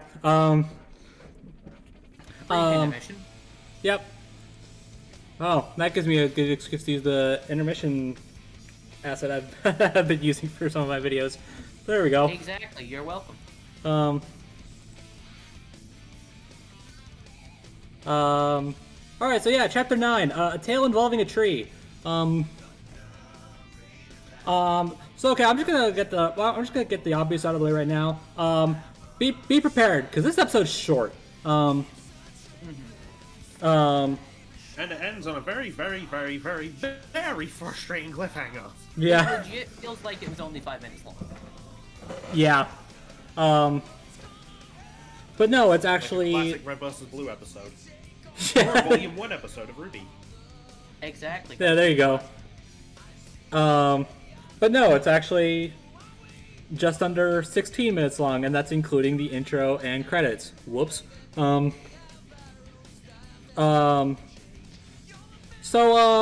so we begin, and we are... Wow, I forgot how much of a bomb they dropped on us right off the bat. This is my second time watching... Yeah, okay, to be upfront, this is my second time watching this episode, so I completely forgot that this was, like, immediately at the beginning. Yeah, so we get a fairy tale, and guess who's reading the fairy tale? It's Summer. Yeah, so by the way, the mysterious voice, as it was credited in the first chapter that we heard, yeah, it turns out that was Summer. Go figure. I don't know if we actually made any sort of guess as to who that was, but I don't remember. I just remember making a joke in my own video, which is just playing the clip and going, gonna have to be more specific. Yeah, it's like, yeah, I remember like this is the story of a girl who had a lot of problems. Like, well, that's a good start. It's like, all right, good start. All right, let's continue. And as she's reading, we see Tiny Yang and Tiny Ruby, and they are adorbs. So cute. I know. Also, these two combined with the silly Weisses in Ice Queendom, and also actual Kid Weiss in the flashback with Nicholas. I'm gonna say this now. Give me an animated scene of Kid Blake RWBY. I need it. Well, I guess we don't have much time to revel in the cuteness though, because the next shot we see is RWBY as a tree, basically. And yeah, it's a little creepy. And then immediately we jump to Team RWBY minus RWBY herself, and Jean and Juniper jumping out of the hole in the house and running off. You know, John's contemplating that he doesn't understand. First Alex, then the people pleasers, now RWBY. What does the ever after want? Yeah. You know, I kind of expected / almost hoped to see more of their reaction to what just transpired, but I guess we have more important things to worry about now, so I guess I'll let it slide. I guess. But I'll admit that was a little weird. Yeah. But considering what we see here, which are like, I can't remember the first word, but gems. Yeah, I don't remember. Who are asking, "Oh, are you okay? How might I help?" Wait, hold on, what are you? Oh, we're the gems. We're going to clean up this place and make it beautiful again. We're gonna clean up this mess. So that's basically what they're saying. So yeah, these are the paper pleasers having been ascended. That was quick. Yeah. I guess Ascension wastes no time in the Ever After. Well, for some apparently. We'll get to that. Yeah, you're right. And yeah, Jean doesn't immediately pick up on the fact that this is the paper pleasers, which I guess I don't entirely blame him, but at the same time, it's like, Jean, they're walking sentient stars. Where else have you seen walking sentient stars? I mean, at the same time, it's like John's been through a lot in like the past few hours. I know. But anyways, yeah, these guys are like, man, you guys made a mess of things. We're gonna clean this up. I know they don't. I know they don't know that it was them, but at the same time, it's funnier to think that way. And they say they're the Genio Gems. Is that what they are? Okay. Yes, I've literally been playing that section back for like the past 2 minutes, trying to like actually work out what the word was. And apparently they can just make a giant ice sculpture. Sure. Is it ice or is it gems? And, considering it's water, I'm gonna assume it's ice, but I don't know. Yeah, and everyone brings up the, oh, yes, they came back, just like they said, and now no flood or fire can actually hurt them. Yay!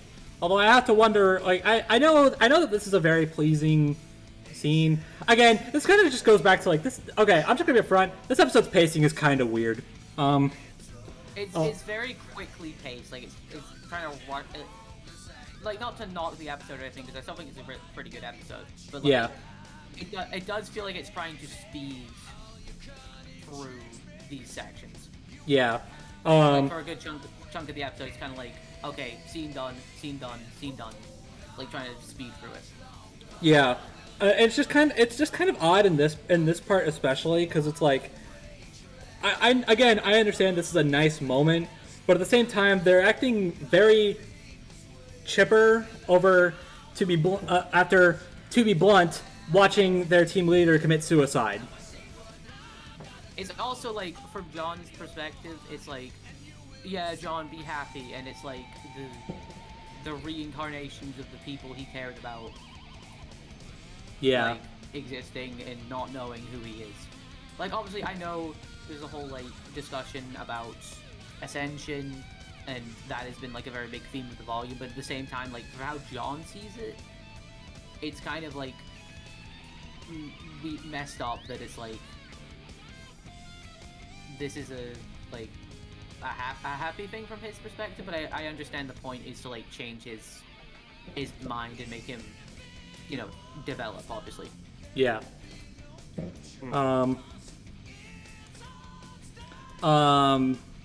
Yeah, Jean's basically contemplating, it's like, yeah, I was kind of selfish, wasn't I? Yeah, and that was because, he describes it as wanting to feel like the rush of actually saving someone, and, you know, he got that in the Ever After, but through that, he was stopping the Paper Pleasers from, like...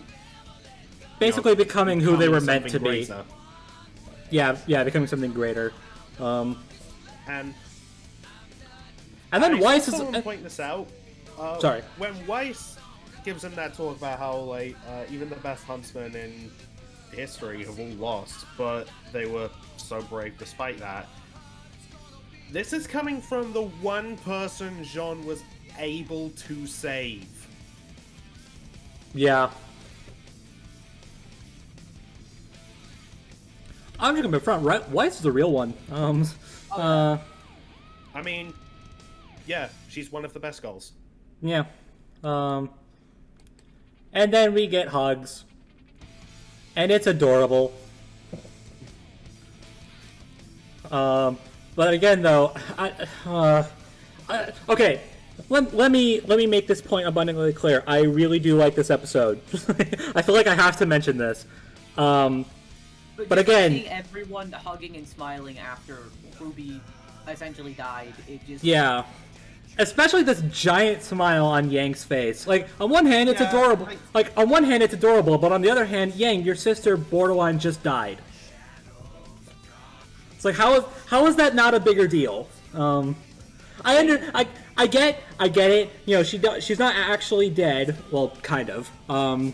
And she, you know, we just learned that, like, yeah, Ascension might actually be kind of a good thing. But at the same time, RWBY didn't know that. You didn't know that earlier. So I feel like we kind of missed out on something here. And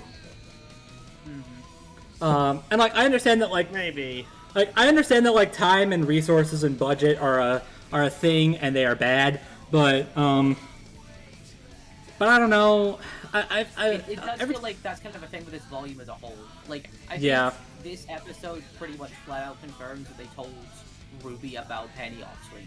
Like, oh yeah. No, I don't think we're getting that reaction anymore.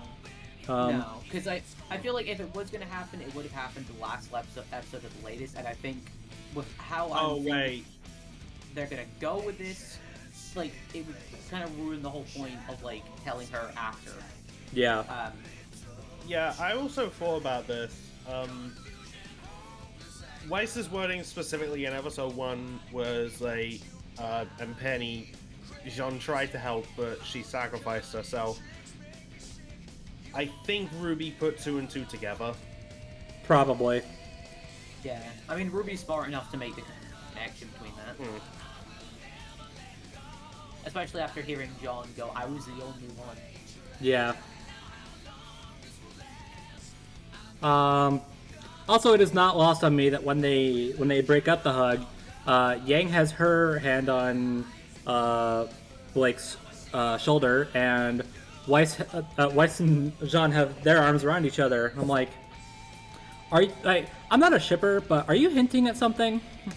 Yeah. Okay. So, I was wanting to bring this up as well. We got it confirmed that White Knight apparently isn't happening. But, like... Okay, supposedly. I've looked for footage. I haven't found anything. Oh, okay, so you don't have any, like, evidence of that. That's, like, official then. Yeah, and keep in mind, that also could have been, like, I don't know, maybe some of the context was missed when it got spread online, because it could have also been, like, maybe back in Volume 5 when, you know, Jean saved Weiss. Maybe Carol was like, oh, is White Knight about to happen? And the writers told her no. Yeah. And also, and even if that is all true, they could have been lying. That is true. I yeah, just also... if it was confirmed, it feels a bit weird doing this much, like, kind of White Knight teasing. Yeah. Is the plan I'm trying to make. Also, I don't know if Carol would actually be able to just flat out say that, because then what would have been... Yeah. Well, actually, then again, just don't go there.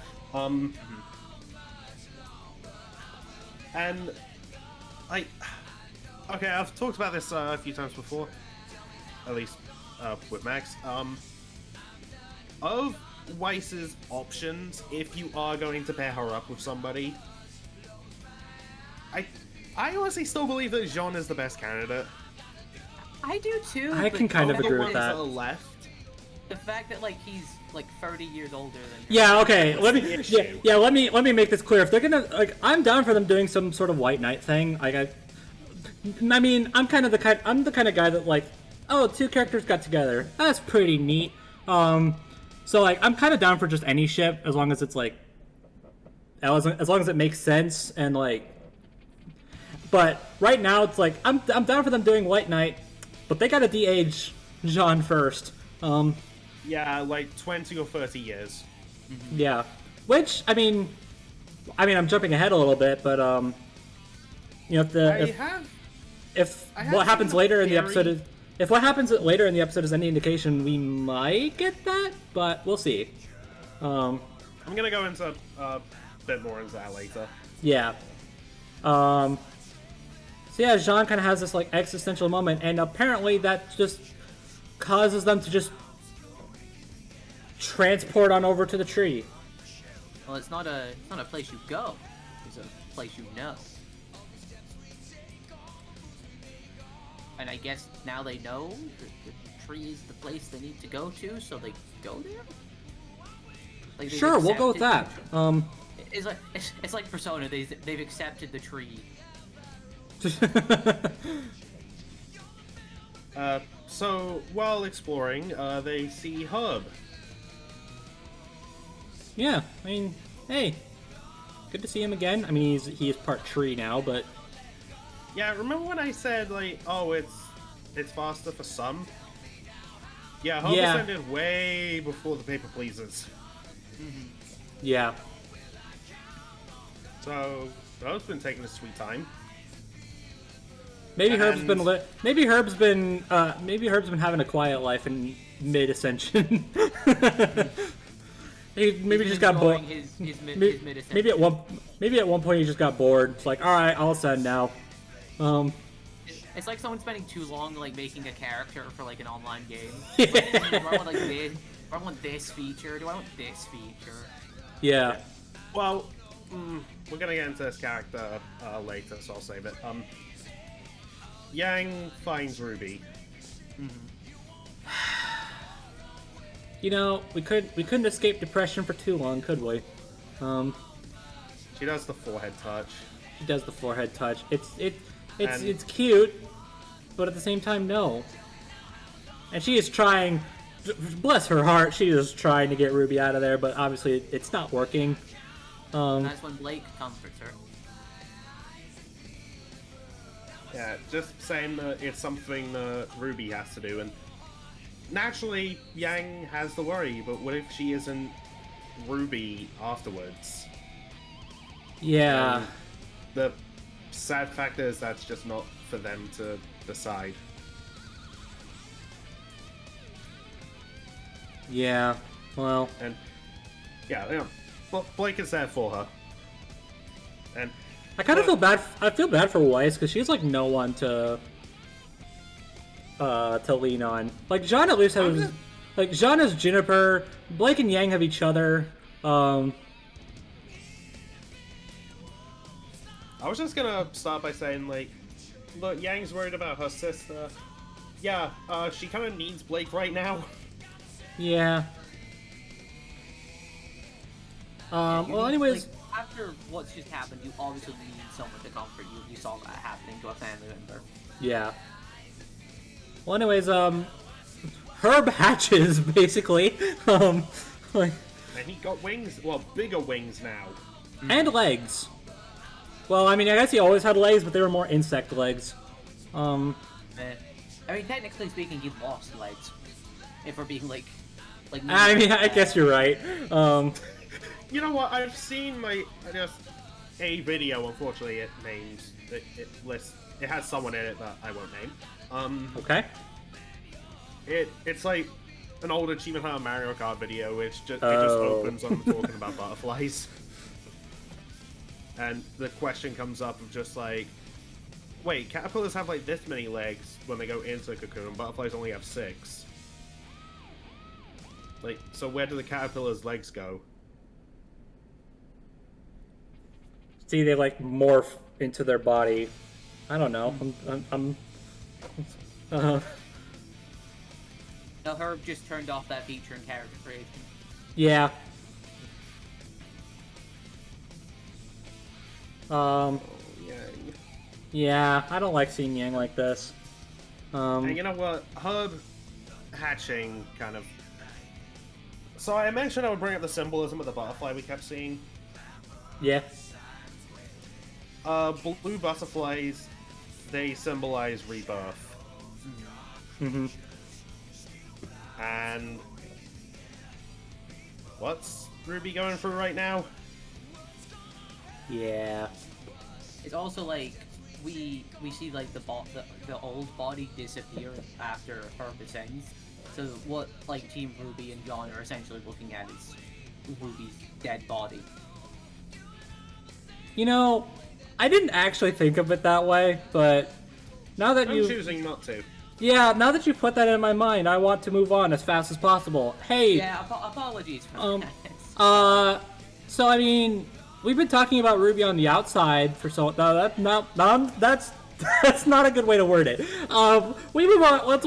We're moving on to Ruby. People say, you know what? I'm not even gonna go there. We're moving on to Ruby. What's going on? Who finds the blacksmith? Good to see them again. And at least it's some kind of friendly face. I don't even know. I don't know what I don't know what to make of this. I'm just gonna assume they're friendly. It's also we notice there's roots on their back as well. Yeah. Also, they're making what looks like a mask. Gee, I wonder who that is for. Anyways, so yeah. There's two possibilities. I do not see any other possibility other than the one, but we don't need to talk about that. The episode's not making a big deal about it, so why should we? So yeah, basically Ruby's asking like, what's gonna happen to me? It's like, I did kind of just like, I didn't really like think about it. I kind of just assumed I would just die. Is that what's gonna happen to me? She doesn't want it to, though. No, but she had like, that is what was rolling through her mind when she drank the tea. Now the blacksmith's like, well, I mean, maybe. Like, it really just kind of depends on you. I don't really know if this is something Ruby needs to hear right now, but I mean, I guess it's helping lead to some decision, I guess. And while this is going on, outside the gang hear a noise. They take a few steps and find the door to Remnant. Thank God. We can finally leave. Okay, I want to call attention to a couple things here. And people have brought up on the actual door frames. Those are the dragon forms of the gods. Indeed. They are. And look above the doorway. Do you see anything like engraved on it? That do be looking like a tree. I should really full screen this episode. Yeah. Okay. I can probably see it better that way. Okay. Yeah, that do be looking like a tree. Okay, I talked on Twitter about this. I'm going to send a little something to both of you. Because I had a bit of a realization when I saw that. I've seen people bring up that, oh, maybe it'll lead back to the domain of the God of Light. That tree do look similar to the one in the God of Light's domain. A little bit. And, did you guys read Before the Dawn? Nope. Yes. Okay, well. We were gonna make a big podcast about how I haven't read it, so the answer is still no. I mean, hey, there's still time. Okay, so Sun has a, there's a little flashback for Sun and, like, his childhood going through Bakuo and, like, wandering the desert with his cousin and the rest of his, I guess, clan is, what they were. He sees a tree with golden leaves, and he thinks, that's a place I would defend to my dying breath, but, well, it's gone pretty quick, and no one believes him. But the sense of calm that seeing that gave him is what led to him getting a semblance. I theorize he saw the tree that's in the domain of the God of Light. I am sending you a screenshot from the Lost Fable because look at the leaves. Those look gold to me. They do. They do indeed Yeah. look. They do look pretty golden. I completely forgot about that thing with Sun. So. Oh, you really are the RWBY encyclopedia. So if that is in vacuo, where are these girls gonna end up when they go through the door?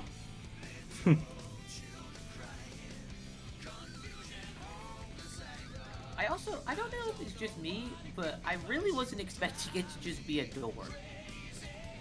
I mean, I kind of get it.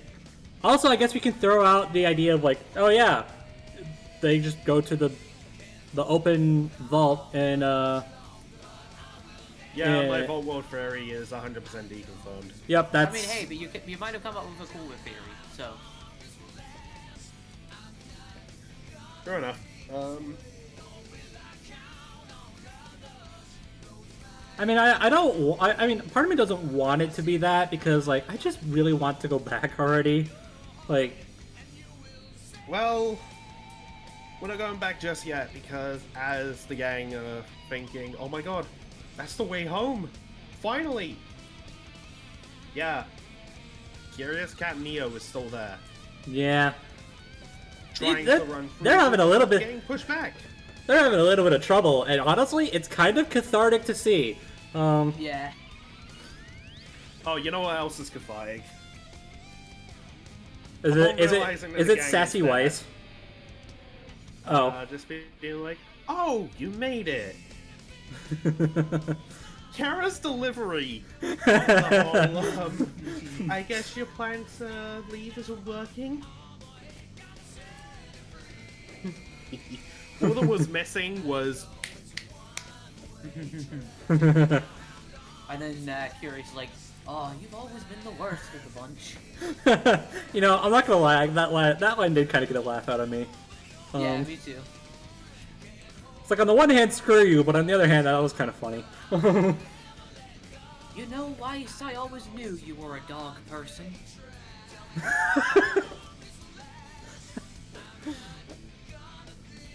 Yeah, so it turns out Neo can't go through the door. So I mean, I guess this kind of borderline confirms our speculation that yeah, this is Neo's swan song. Good. I think Neo is like dead. Like I Well, no. Like, well, okay. Let me be clear. If she's not dead now because of the possession, she's probably gonna die later. Yeah, I know. I just think that like last episode was the end of Neo. Like at least Yeah. as Neo is Neo. Yeah, I have a theory on how at least Neo's body might go out. Mm-hmm. We'll get to it. Yeah, I remember you mentioning that. Yeah. But yeah, But basically. it's because Neo has no attachment to Remnant, so she's stuck here. Yeah, she basically has nothing to return to. So, yeah, and he also, sorry, this is gonna screw with me. We all made the mistake. Don't worry. Yeah, they drop the bomb. It's like, yeah, this person failed me, just like Alex did. So, Then wow. we get one more storybook flashback, which shows more of what happened. Alex, Lewis, and the cat make their way to the tree. Lewis walks through the door, but Alex had a last-minute change of heart. Yeah, okay, And sure. wanted to- I believe it, but on the other hand, this and girl's wanted caused to so much stay trouble. and help fix all the things that she had broken in the Ever After, just like Jean. And when the cat found this out, they were pretty pissed. Yeah. They ask, what did you do to her? And, well, they don't say it, but yeah, they killed her. Yeah. We made such a big deal about, like, oh, what if Alex ascended? What did she become? I'm pretty sure she's just straight up dead. Well, I disagree. I have my own theory, but I will wait, like Mate is, till after the episode to talk about it. Yeah, because there's 4 possibilities. And honestly, all kind of had, like, valid reasons for being a thing. So, we'll get to it. But anyway, fight time! Oh wait, the Curious Cat spots RWBY. And is all kinds of happy because, oh, there's a host that has attachments to Remnant. All I have to do is rip her out, and then I can leave. I'm pretty sure ripping someone out of that kind of thing is a bad move, but okay. I don't think Curious is thinking very properly here. Also, like, couldn't he just take any of their bodies? Like, all of them have attachments to Remnant. It doesn't yeah, but they have to break them down first. Yeah, so it won't work. That's probably why Curious is, like, so mad at John as well. Like, he's waited all these years and John still never, like, completely broke, so he couldn't take him to the host. Also, we've kind of glossed over it, but yeah, Curious Neo, as I guess is the community's way of dubbing this. Yeah, they grow they grow arms. They grow blue arms. Giant, muscular arms. I'm not gonna lie, it's kind of neat. It's kind of a neat concept. I mean, it's about to say creepy, but okay. I mean, creepy. I mean, creepy, but neat. Can be both. Yeah, true enough. They all bunch up. I'm just looking at their weapons. I'm like, one of these things is not like the others. Team RWBY all have really cool and really functioning weapons, and then there's Jean who's still trying to fight with his broken sword. In fairness, 30 years he's been doing this. Like, it's worked out for him so far. I know, but like, you'd think that at some point he'd be like, I need to fix this thing. Probably, but it's like for like sentimental reasons he wouldn't want to. You know, I'm gonna be honest. When you were saying one of these things is not like the other, I was thinking. You know, go with Yang. You know, I had that on my mind while I was doing that, but I decided not to draw attention to it. But yeah, seriously, everyone else has a sword. Yang just punches. You know, I would bet it really works. I'd really find it funny if someone did like a comic where like John spent like 30 years trying to find the piece of his sword that like Cinder broke, that like fell into the It's like, well, Blake was able to reforge her weapon out of nothing after it broke, so why can't I?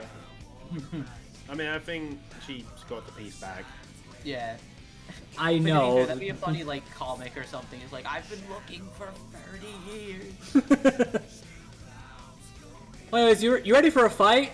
Yeah? Well, too bad, because we have to focus on RWBY again.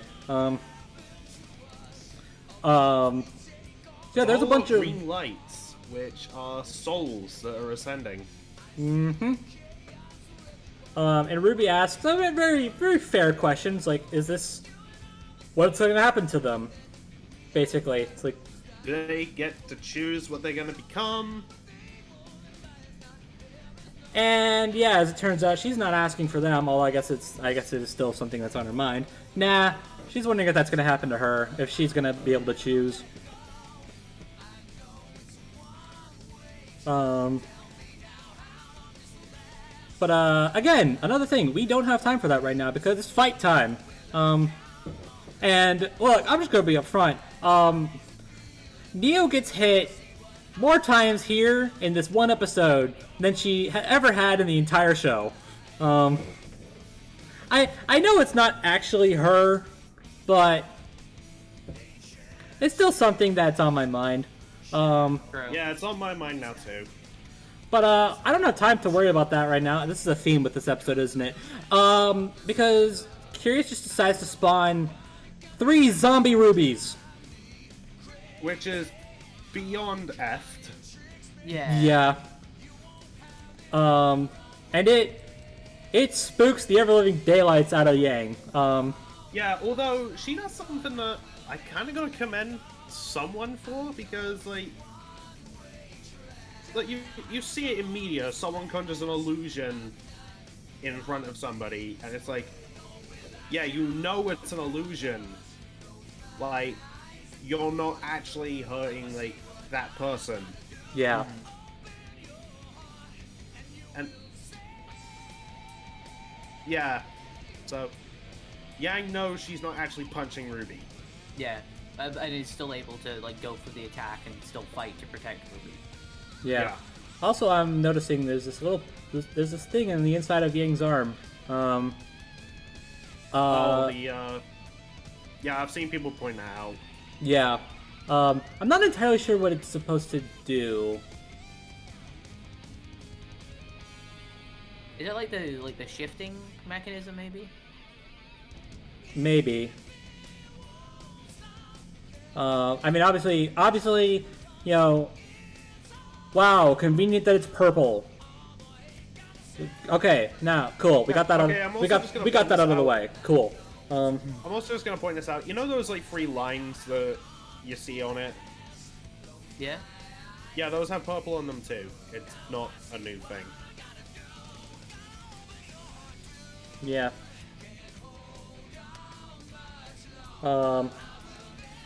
Anyway, I don't know.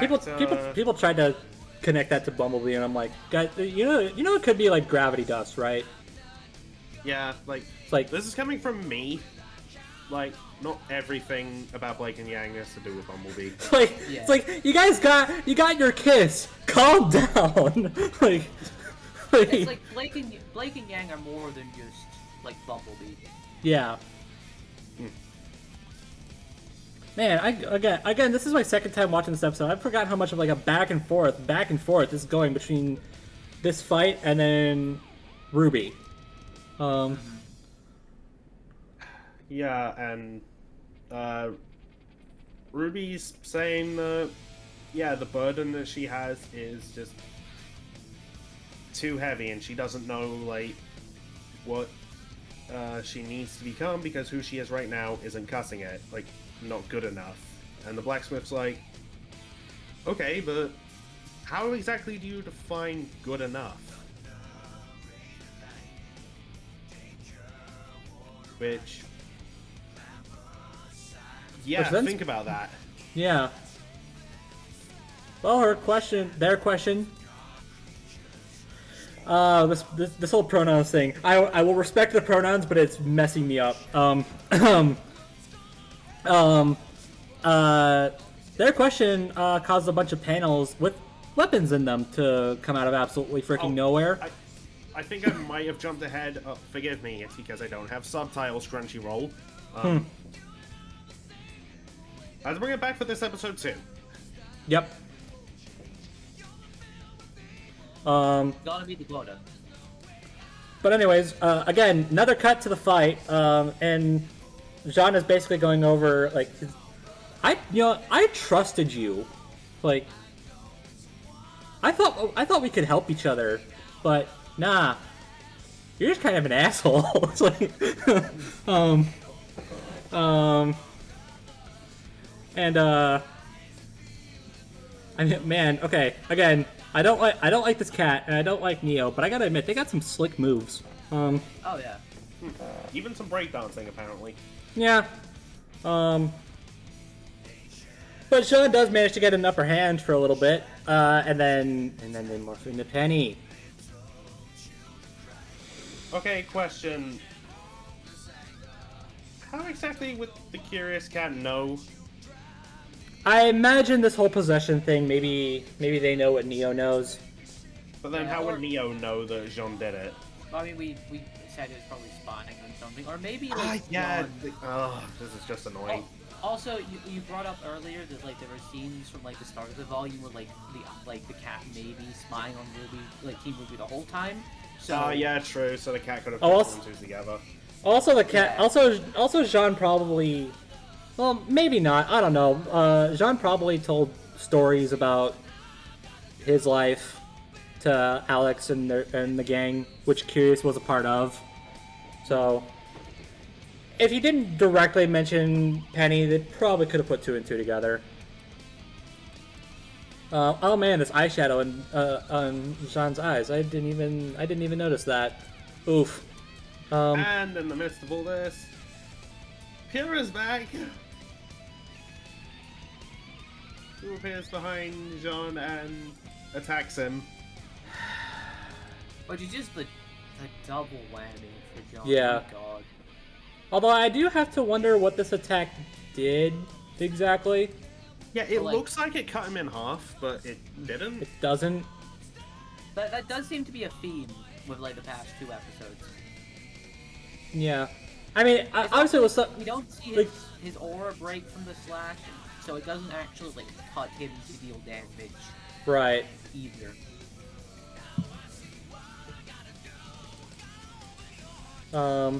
And I'm surprised they don't. I'm surprised they don't put a flashing. I'm surprised they don't put a flashing light warning here. Like they did it for. They did it for Chapter 6, and it wasn't really that bad then. So I don't know. Well, anyways, Life throws a fireball at the cat, at Neo, and it ends up hitting Jean. And he falls off the tree. Yeah. And okay, this is the last time we see that fight. What do you think happened to Jean there? Do you think he just fell down the tree and he's gonna climb back up? I mean, with the way they transition it, I think. You think he's about to ascend? I think so. I think so, yeah. Like maybe not like he ascends from the fall, but maybe like he sees that I need to help. I'm not capable of that at the moment, and maybe he like willingly does it. But yeah, I don't know. I think there's like each possible explanation is valid. Yeah. And okay, we were talking about White Knight earlier. Something I have seen brought up is just like, what if Jean ascends and he comes out as his younger self? Yeah, I've wondered that too. I wouldn't be a fan of that personally. Yeah, it would feel like a bit of a cop out. Yeah. I mean, would it though? Because he'd still have the the experience of. He loses all of his memories of his previous. We don't necessarily have like full proof that would happen. Like yeah, Jean or RWBY though. I mean, let's think about that. Where the whole lacking memories thing. I guess where the whole losing memories thing. Where did we hear that from? Who told us that was a thing? I suppose. Cat. But then, yeah. But the gems didn't remember any of them. Yeah. I mean, obviously it is a thing, but it's never stated that that's that's a consistent thing. Yeah, of all the people we've seen, people be ascended, and of those people, they didn't have their memories. So, obviously, also, it might be different because John and I don't know because that humans rather than wait, no, hold on. That raises the king to the prince. They still remembered humans. Yeah. Even if that was a consistent thing, that brings up an interesting problem, because if everybody who ascends loses their memories, then what on God's green earth is going to happen to RWBY? Like, is she just gonna? We don't know. Like, is she just gonna forget everything? That's kind of that wouldn't feel right. That would be the single lamest thing, and I just want to throw this out there because I've seen people theorize like any of the cast ascending after hearing about it, and I'm just like, that sounds awful because take all the character development they've gone through, you might as well throw it out the window. Yeah, that's kind of my worry for John. I'm less worried about that for RWBY because, main character. I know that's a bit of a cop out, but if it's not going to be a thing for RWBY, I don't see why it wouldn't be I don't see why it would be a thing for Jean. And even if it is, Jean will still have the memory, not the memories, the experience of the trauma he went through. Like subconsciously he'll know about the trauma, but he maybe won't remember it actively. I don't know. We still don't know a lot about Ascension, especially when it is most likely going to work different for humans as rather than Africans. Right. There's also something I've been thinking about as well. Why didn't Curious try and Ascend? I have a... Maybe they can't. Some thoughts on that. I don't know. Yeah, I assume it's going to be something like it can't, but like... Just something I want to bring up.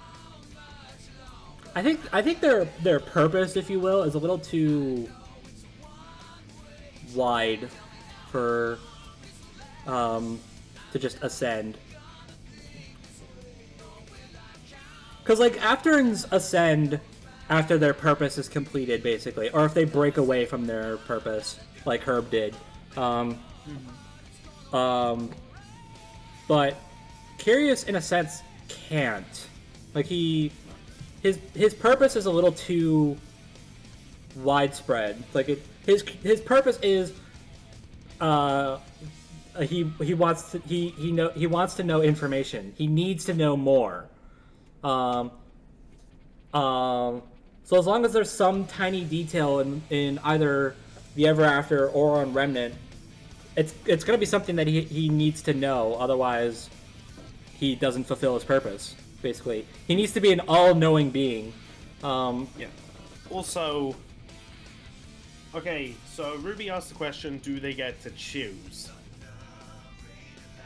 What if they just choose to stay the same as they are? Man, that'd be lame. Yeah, because like that would kind of defeat the whole purpose. Like for John, it would make more sense because he kind of no.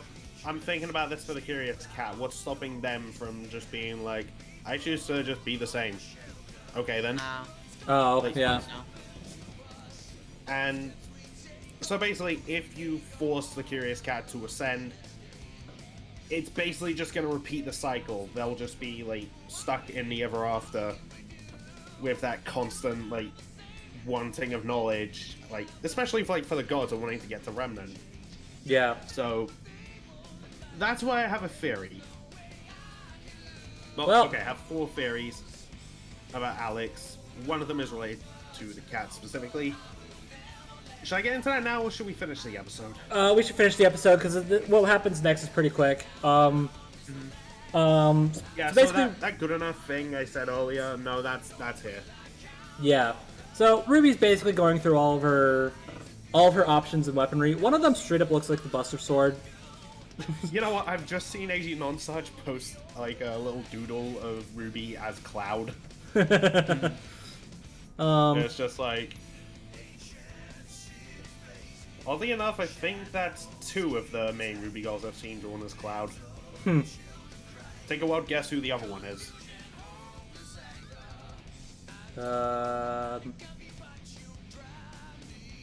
Yang. No, it's Blake. Oh, okay. I didn't know Blake was drawn. That's cool. In that same artwork, Yang is drawn as Tifa. Of course she is. That makes more sense. I was just thinking like Yang, like a giant sword, because of earlier in this volume, Yang had a giant sword. I actually remember making a joke with Max, like privately, that the 2 relationships are actually kind of similar to a point that's kind of funny. I'll tell you afterwards. Although RWBY's attention is brought onto, hey, you remember that axe from Chapter 5? It's back! And, yeah. She calls out Mom, reaches for it, and we get a... that's the end of the episode. Yeah, we get a bright white light that is so bright and so majestic that it ends the episode. Exactly what we thought were going to happen when RWBY ascended. Yep. Episode. Yep. And yeah, the episode is just straight up over. Like, this is a very fast episode. It really is. Like, I know it's 15 minutes, but it really does not feel like it's 15 minutes. Yeah. Also, I just want to say this. Summer design, fantastic.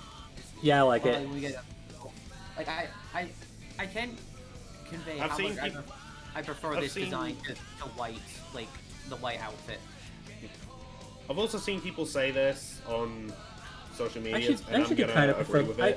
I do kind of prefer the white cloak, but this looks cool too. I'm just gonna say, Ty, you got an upgrade. Yeah. After Raven left, just saying. Oh, yeah. Well, I mean, I thought that was obvious, but yeah, sure. I also like how this kind of adds to Ruby's weapon as well, because a Summer's axe can turn into a sniper rifle if you look at the concept art. Yeah. Also, it is. So she gets the scythe from Crow, and she gets the sniper rifle from Summer. Yeah. Also, her voice actor is Morgan Laurie. Yeah. I hope I'm pronouncing the last name right. You are. Okay, sweet. You know, it is bothering me a lot more than it probably should that in this weapon's axe form, the trigger is facing the opposite way. I know. It's like that. Again, I'm glad it's not like it's not a huge thing. But it is not that big a deal. I understand that, but it's just like, like, I don't know why that bothers me so much, but it does. But yeah, fun fact: Summer's voice actress, they play Rei Todoroki from My Hero Academia. Yeah, I'm trying to think of who else they voice.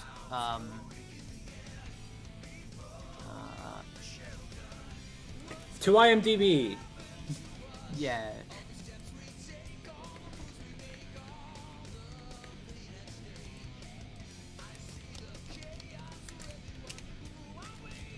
They've been in a lot of stuff, from what I can see. It's just mainly like minor roles, from what I can tell. Wait. Alright. Should I get into my 4 theories? Hold on. Yeah, it's Fury time. Okay. So, Alex died at the tree. Mm-hmm. Oh. Not impossible that she ascended. I guess not. There's 4 candidates that I think are totally possible for what she became. The popular one I've seen from the fandom is that she is the blacksmith. I personally think that's the most likely one, and Same. there's a good amount of stuff to support it. Because Alex wanted to fix everything that she broke. The blacksmith is like a whole, thing with that. Thing Alex is, though, kinda on with a tree. The blacksmith has like roots of the tree actually be part of their body. yeah, but the thing is, isn't it kind of implied that the blacksmith is like the spirit of the tree or something? Mm-hmm. Which So wouldn't they be around before Alex? exactly, but that means there's another candidate, one that has been by John's side for a long time and wasn't. That's another one. Yeah. Juniper. Yeah. That's possible. That's my headcanon. I think the blacksmith is also pretty likely as well, even though like timeline wise it maybe doesn't match up, but who knows. Yeah, so Jean said when Alex left me to die, Juniper brought me to the paper pleasers. There's no shot of Juniper in the flashbacks. Mm-hmm. It's true. And Alex's buckle is a rabbit. Yeah. Also, So- from talking to John, obviously she'd know like stuff about him, like he liked rabbits as well. That was comforting. Blah blah blah. Comforting. I can't speak. But you know what I mean. Yeah. And also- one I saw, which was a popular theory because of Alice in Wonderland.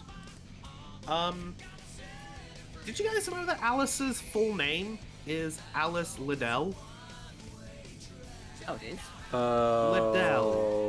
Liddell. What does that sound like? See, I don't know about that. Yeah, and it's also just like I feel like they're building up to something with Little.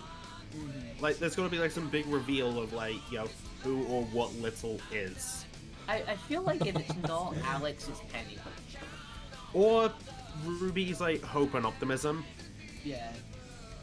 I remember in chapter 1, like, her hand went through, like, what's assumedly, like, a soul.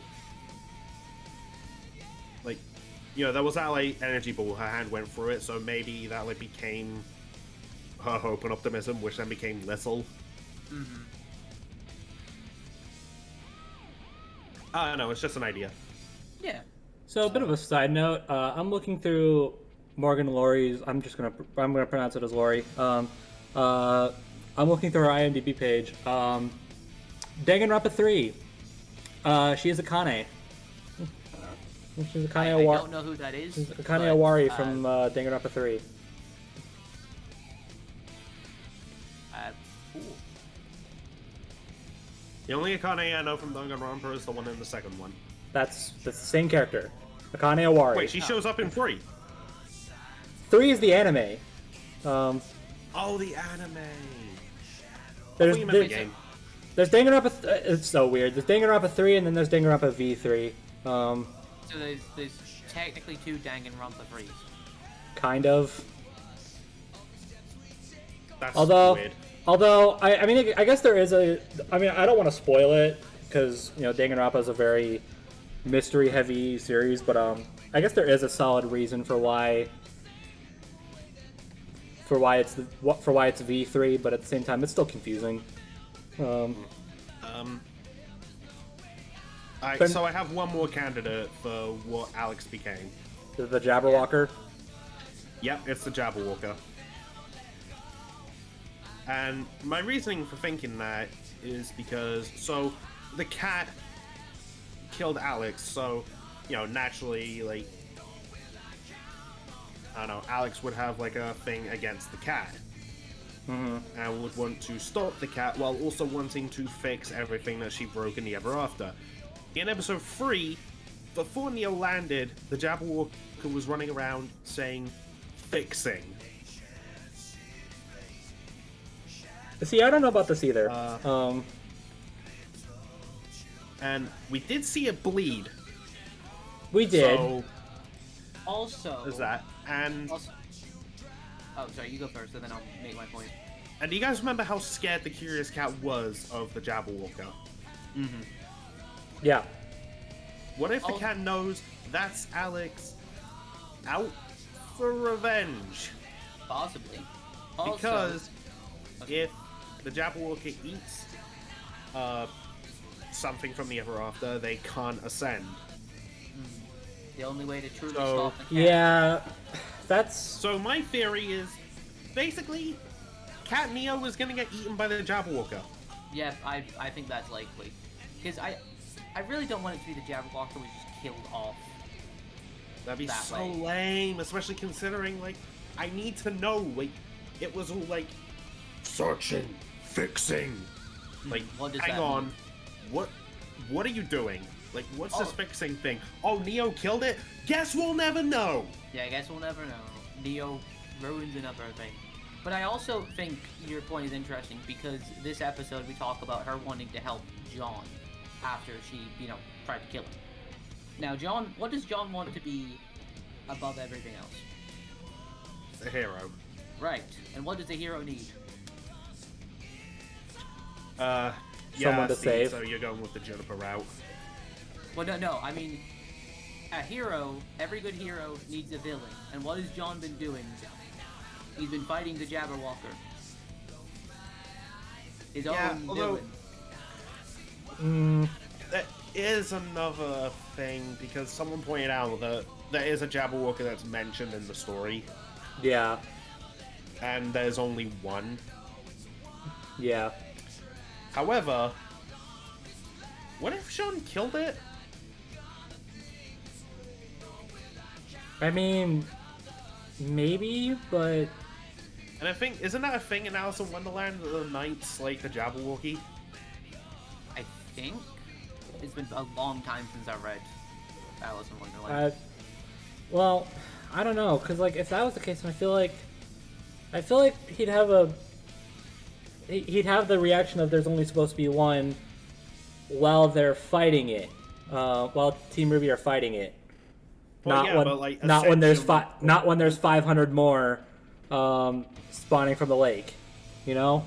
Yeah, but because of Ascension, he'd probably think, like, oh, it's gonna come back. True.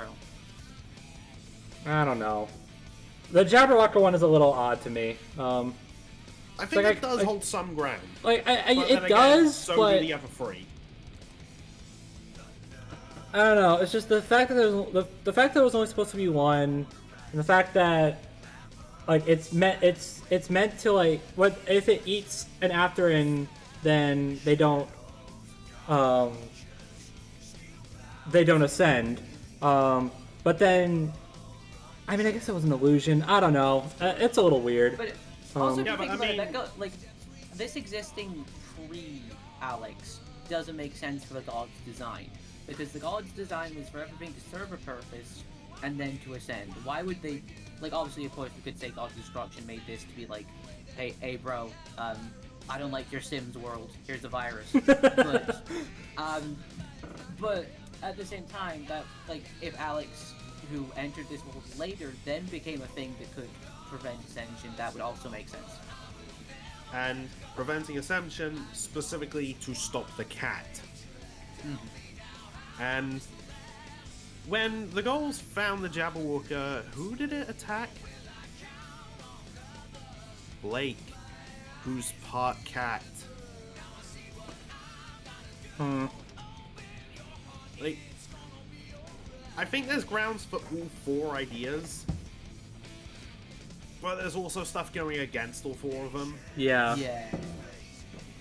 But it's gotta be one of them. We just need to wait till Saturday to find out which one it is. Guess so. Oh, also when we talked about the thing that the blacksmith was forging. That's little. Yeah, Brobuscus, I know you're thinking it's little. I've also seen the idea that maybe that's another Jabberwocker mask. Doubt it. I mean, little fell too. I don't think they would have like hand and like focused in on it if it was just a Jabberwocker mask. Yeah, no. No, that's little 100%. Because little I'm just saying it's like A, they focus on it way too much, and B, little did fall too. Yeah, no, I do think it's little. I'm just saying I saw the idea and thought might be worth bringing up. Yeah, it's an interesting idea. Plus, it's a way to have the Jabberwocker there in like the final fight. If the idea is that it's gonna eat Curious Neo, and therefore off Neo and prevent the cat from ascending and just repeating the cycle. Oh, but hear me out though. What if Little becomes like this big beast and kills Curious Neo? Because it kind of took on the purpose of wanting to guide and protect RWBY. So now that like Little died, they'd want to get a body that's more capable of fulfilling that purpose. Maybe. So Little ascends, becomes something that can fight, and beats helps beat Curious Neo, because then it would also be a reverse of, you know, the cat being the predator for the mice. Now, mice is No, could you imagine if Little becomes the new Jabberwocker? Oh, that too. That doesn't remind me of this one comic that I saw that's like Little ascends and it's like, oh, I'm not little anymore, I'm long. And then it's like... I saw that too. Yeah. Hey, look, you got to... No, nope.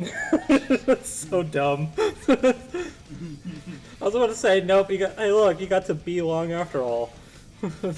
Like, as soon as I started saying that, I'm like, you need to stop. So anyways, so what the heck is gonna happen to RWBY? That's kind of the big question we need to ask ourselves here. Okay, my theory... Well, okay. Well, okay, we can shoot down the idea that she's gonna lose her memories, right? Yeah, and I also want to shoot down the idea I've heard that she's just going to become Summer. No, they're not gonna... No, nope. I would not accept that. It's gonna be like a Summer RWBY merge. Yeah, maybe. I don't know how I feel about even that, because, like... I mean, me too. I don't know how I feel about that either, but, like the other three had their, like, I am a huntress moment. This is gonna be RWBY's, right? And... yeah. What if, when reaching for Summer's axe, she gets to have, like, a conversation with Summer? And I feel like they have to. I feel like they have to open up next episode with that. Yeah. And, like, Summer gives her a pep talk, even saying, like, look, even I failed, and look, you might not think you've done a lot, but RWBY, you are good enough. Like, not... Oh, I'm not even sure, like, the best way to word it. Thank God I'm not a writer for that bit. But, you know, just giving her, like, words of encouragement, and how, like, you know, she has a team that she can lean on. Like, she has friends to help support her. Like, she doesn't have to carry the burden all by herself. Oh man, what if it brings back my whole thing of, like, RWBY gets told, like, it's not all about you. Man, imagine hearing that from your mom. Like, especially in that context. Wow. Go to your room. Like, and you know, after all that, RWBY gets asked by the blacksmith, so what are you? And then we see, like, I don't know, the RWBY tree cracking, and we just hear, I'm RWBY Rose, and I am a huntress. Boom! How alone does RWBY, with Crescent Rose in hand, fights Curious Neo with her friends? That would be cool. I feel like okay, so here's the thing, is that I feel like there has to be some kind of change for RWBY. I can see, like, an outfit change, like, I don't know, yeah, maybe, that's what I'm thinking. or her hair. Yeah, I could see a hair change. I wonder about Crescent Rose. I think long-haired RWBY would be cool. Thing is, I also don't think you can get rid of Crescent Rose, because it's just too iconic. Yeah, I think Crescent Rose is too iconic for them to give RWBY. I mean, maybe you're right, and if they do bring back Crescent Rose, and I'm chilling, but, like, I feel like they're making a big deal about having this axe. Like, why would they do that and have her not use it? Well, like, maybe it can be, like, in an axe form as well. Like, Crow's weapon can be three things. Like, it can be a sword, a scythe, and an axe. Maybe I guess you're right. Gets, like axe mode for Crescent Rose as, like, a tribute to Summer. Maybe Crescent Rose gets a design change. That'd be something. Mixing it with Summer's weapon. We have a name for Summer's weapon. I don't know. Does the concept art say anything? Yeah, that's just why I'm double checking too. I don't think so.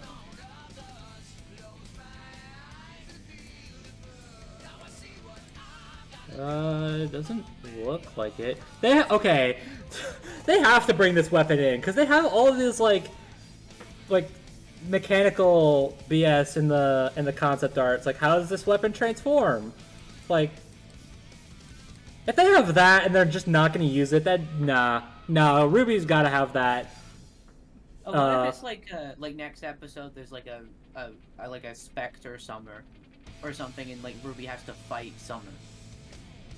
Why would RWBY have to fight Summer? Well, it's like a who are you kind of like moment. Like RWBY has always based her ideal like the first kind of huntress she wants to be off her mom. Like, her mom is the ideal huntress. Her mom was the best huntress. Her mom is who would have been better to handle this situation than her. So she needs to face her mom, I guess, overcome her, prove that she's like to herself as well, but she's a good huntress by maybe like beating her mom, and then she ascends and knows that she's good enough. Like, she doesn't need to follow people's expectations. She doesn't need to live up to a legacy. She's good enough. She beat Summer. Like, that's maybe a reason why the weapon is got like programmed for like transformations and stuff. Or maybe it's just like a cool detail to show us as like the fans. Maybe. Maybe.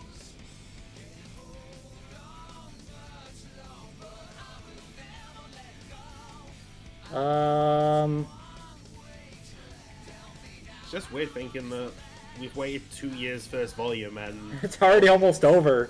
I know, like it's 1 week about to end. Mm-hmm. It does not feel like it's been 10 weeks. No, it does not.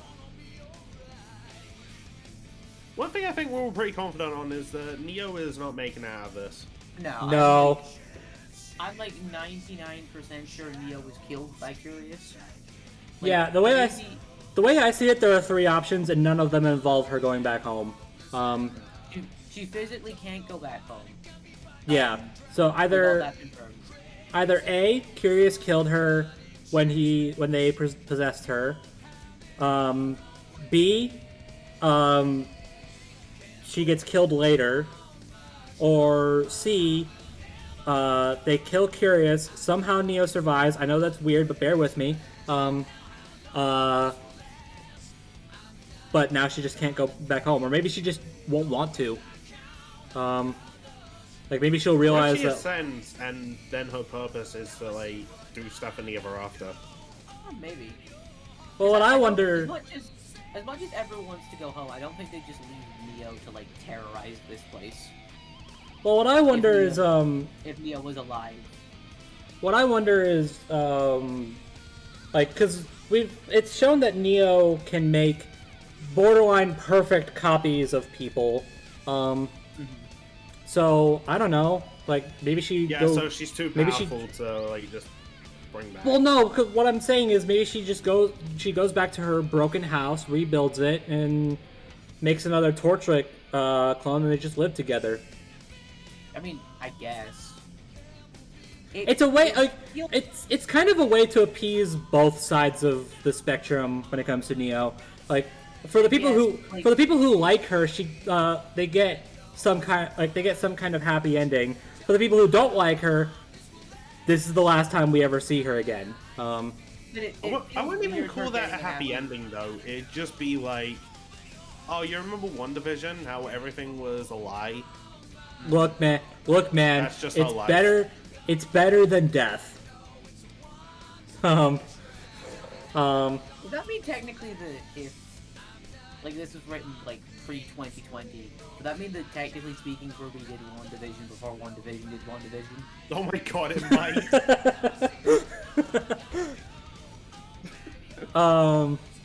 That's funny.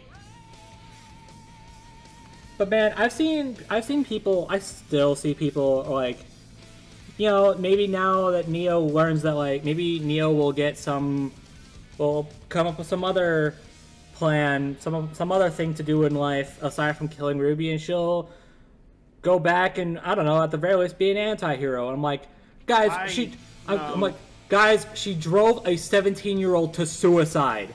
Why are you still defending her? Like, I really think that, like, I hate to make these kinds of, like points, but I really think people would have a different opinion if the character that's doing this was not a cute anime girl. Yeah, you're probably right. I guarantee you, if it was Adam doing this, then everyone would want his head. Yeah. Mm-hmm. Or if it was, like, any other character that was, No! They did, though! Because, like, Adam was abusive as all get out towards Blake, and everybody wanted his head because of it. Like, Adam wanted to, like, his own words, he wanted to destroy everything that Blake ever loved, and then kill her. Like, if you think back to other characters, like Dee and Dudley, like, two generic, like, douchebags. Oh yeah, we don't care that he dies. But, like, Neo, she can have a redemption arc, though. Yeah, sure. It's like, I think it is less about the character at this point, more about like the design. I mean, I feel like some of it. I wouldn't. Because like some of it has to be on the character. Most of her charm as a character if you make her a good guy. Yeah.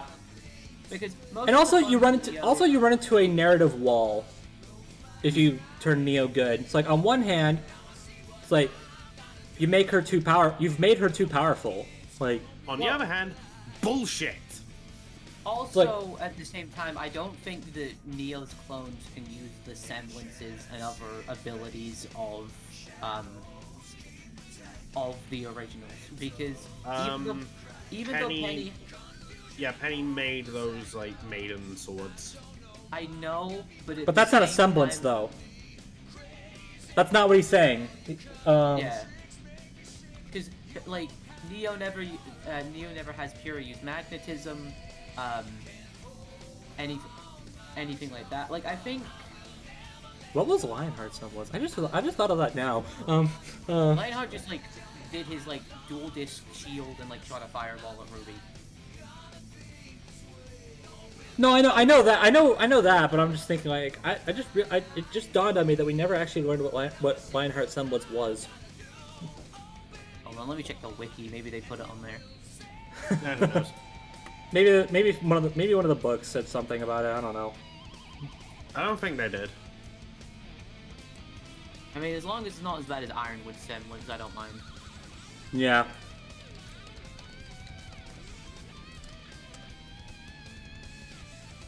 No. We do not know his semblance.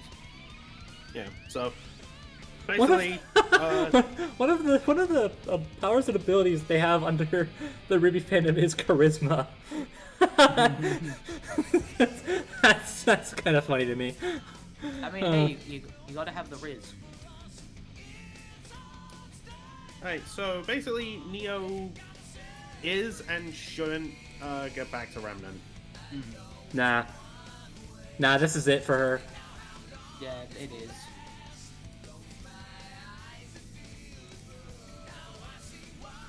Like, it would be so bad if they brought Neo back. I also just wouldn't trust her. Yeah. No. Plus, like, look, I think can. after Salem is defeated, she's just gonna be like, "Oh, I'm a good person now." No. She's gonna do so much more bad stuff. Like, it'll just be like with Cinder, where it's like the only thing they have in common is they both dislike the same person, which is Cinder. Yeah. Like, it'll just be that situation all over again, except it's just, we the good guys don't like Cinder and Salem, and then Neo like holds up a sign like, "Oh, me too," and that's about it. I know I've seen some people like have issue with the idea of like Team RWBY killing Neo. Yeah, what if it's the Jabberwocker that does it? Bros, if Blake and Yang killed Adam, like that also, too. Like, good guys can kill villains, especially when said villain, makes a 17-year-old girl commit suicide, in front of, by the way, her older sister and her 3 best friends. Yep. Also, keep in mind they're possessed by, like, this entity. Yep. Who they can't allow to get back the Remnant, so... Yeah, no, there's... Like, the only way you could, like, make it so the, like, Neo doesn't die and goes back, you'd have to stretch that episode out to over an hour long. So, not only have that happen, but also resolve everything with RWBY. There's to actually fight the cat, there's to find out what happened with John, there's finding out what happened to Little. I mean, next episode is going to be, like, it has been confirmed that the next episode is going to be the longest one of the season, so... Oh, yeah, great. but I'm gonna be fair, I think that's going to end up being more like 25, 30 minutes rather than like 45 minutes or anything longer. Yeah, no, obviously it's not going to get that long, but it is going to be the longest one. Like, they said, like, this is kind of like a... It's the finale. It's like, this is kind of like a part 1 episode. Like this episode and the finale are kind of 2-parters. Yeah. It's like we got the shortest episode of the season, and next we're gonna get the longest one. And mate just dropped something. That was my mouse. Okay. No, not Little. Anyways, And by the way, that is not including the credits. Like I know someone asked that. They said like, is this including the credits, or is it going to be like a 20-minute episode plus credits? And Eddie responded like, more so the latter. And they're like, oh, okay, cool. So. Oh, cool. So yeah, strap yourselves in for the next episode. Because it is going to be a doozy. That's gonna be a doozy. Although it's probably, this is probably super naive of me to do because of how much crap that this volume has thrown at us. But I'm kind of the belief that next episode is going to be like the big catharsis episode. It's like we're gonna get Ruby kind of back in her. I don't think Ruby's gonna be like immediately fixed. That's something that needs to be built up over time. But Ruby's gonna get her pep in her step once again. We're gonna get what happened to Little. We're gonna get what happened to Jean. We're gonna, at the very bare minimum, defeat Neo. And then we go home. And then it's probably gonna be like cliffhanger, like. I mean, it's probably gonna be a cliffhanger, but it's like, for the most part, it's probably gonna be a more triumphant episode. Yeah. And we've also got to have like a reunion of like Ruby and everybody, and like them all reconciling together. I feel like part of that might be. Oh, you mean Ruby and her teammates? Yeah. I thought you meant them and everyone else, but.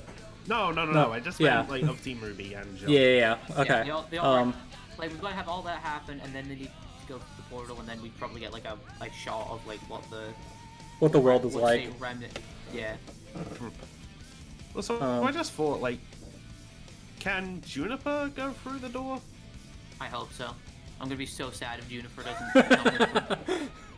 Because if not, then we're gonna have to have a tearful goodbye with Jean and Juniper. Aww. I mean, we're probably gonna get that anyways with Ruby and Little. I don't think Little's gonna come out with them. Neither do I, but I think it'd be a horrible decision to leave Little behind. Not like character-wise, because it makes sense, but I mean like from a writing standpoint, like I know Little might get old, but I really think that Little added so much to this volume in terms of like value for like comedy and stuff that I think it's a shame to kind of leave them behind. At the very bare minimum, make it a scale plush. Yes. There you go. Hey, then Ruby cosplayers will buy that. Just have Little in their hoods. There you go. So of course that obviously depends on what Little's new form looks like for all we know. Right. Little might just like, yeah, I've got a new purpose here. Nice meeting you, Ruby. Yeah, no, I don't think any actors are gonna be able to get out.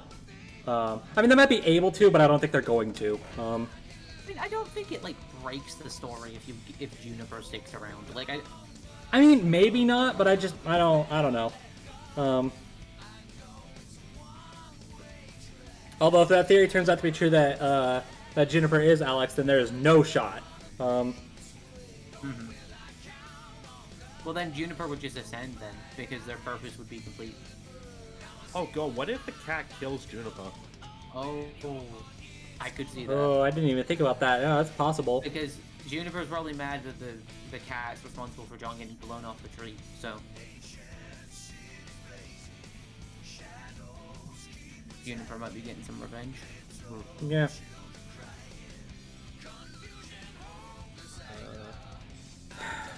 Well, I mean, unless you guys have anything else to add, we've been going on for a while, so we should. I'll be honest, I kind of just want to go to bed.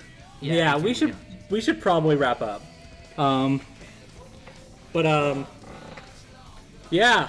So that was a trip and a half. Actually, literally, because this did feel like half an episode. Most of this was like episode 8, and then we and then like the last quarter was episode 9. Yeah.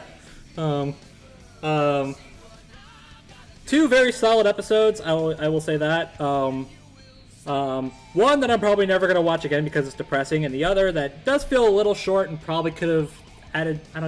Probably would have been better had they added a couple more minutes, but it was still really good. And again, this might be naive, but whenever new episodes come out, I'm like, a part of me is excited, but the other part of me is like absolutely freaking worried. Yeah, I'm excited for more RWBY, but then my stomach becomes what I can only describe as a black hole of anxiety. Yeah, but I'm gonna be honest. I mean, again, this is probably naive, but I'm actually like really looking forward to the next episode.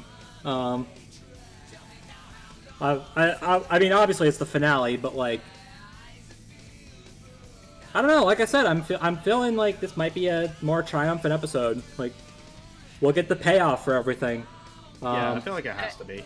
Yeah, like after how this volume's been, I feel like we need like a big win. Yeah.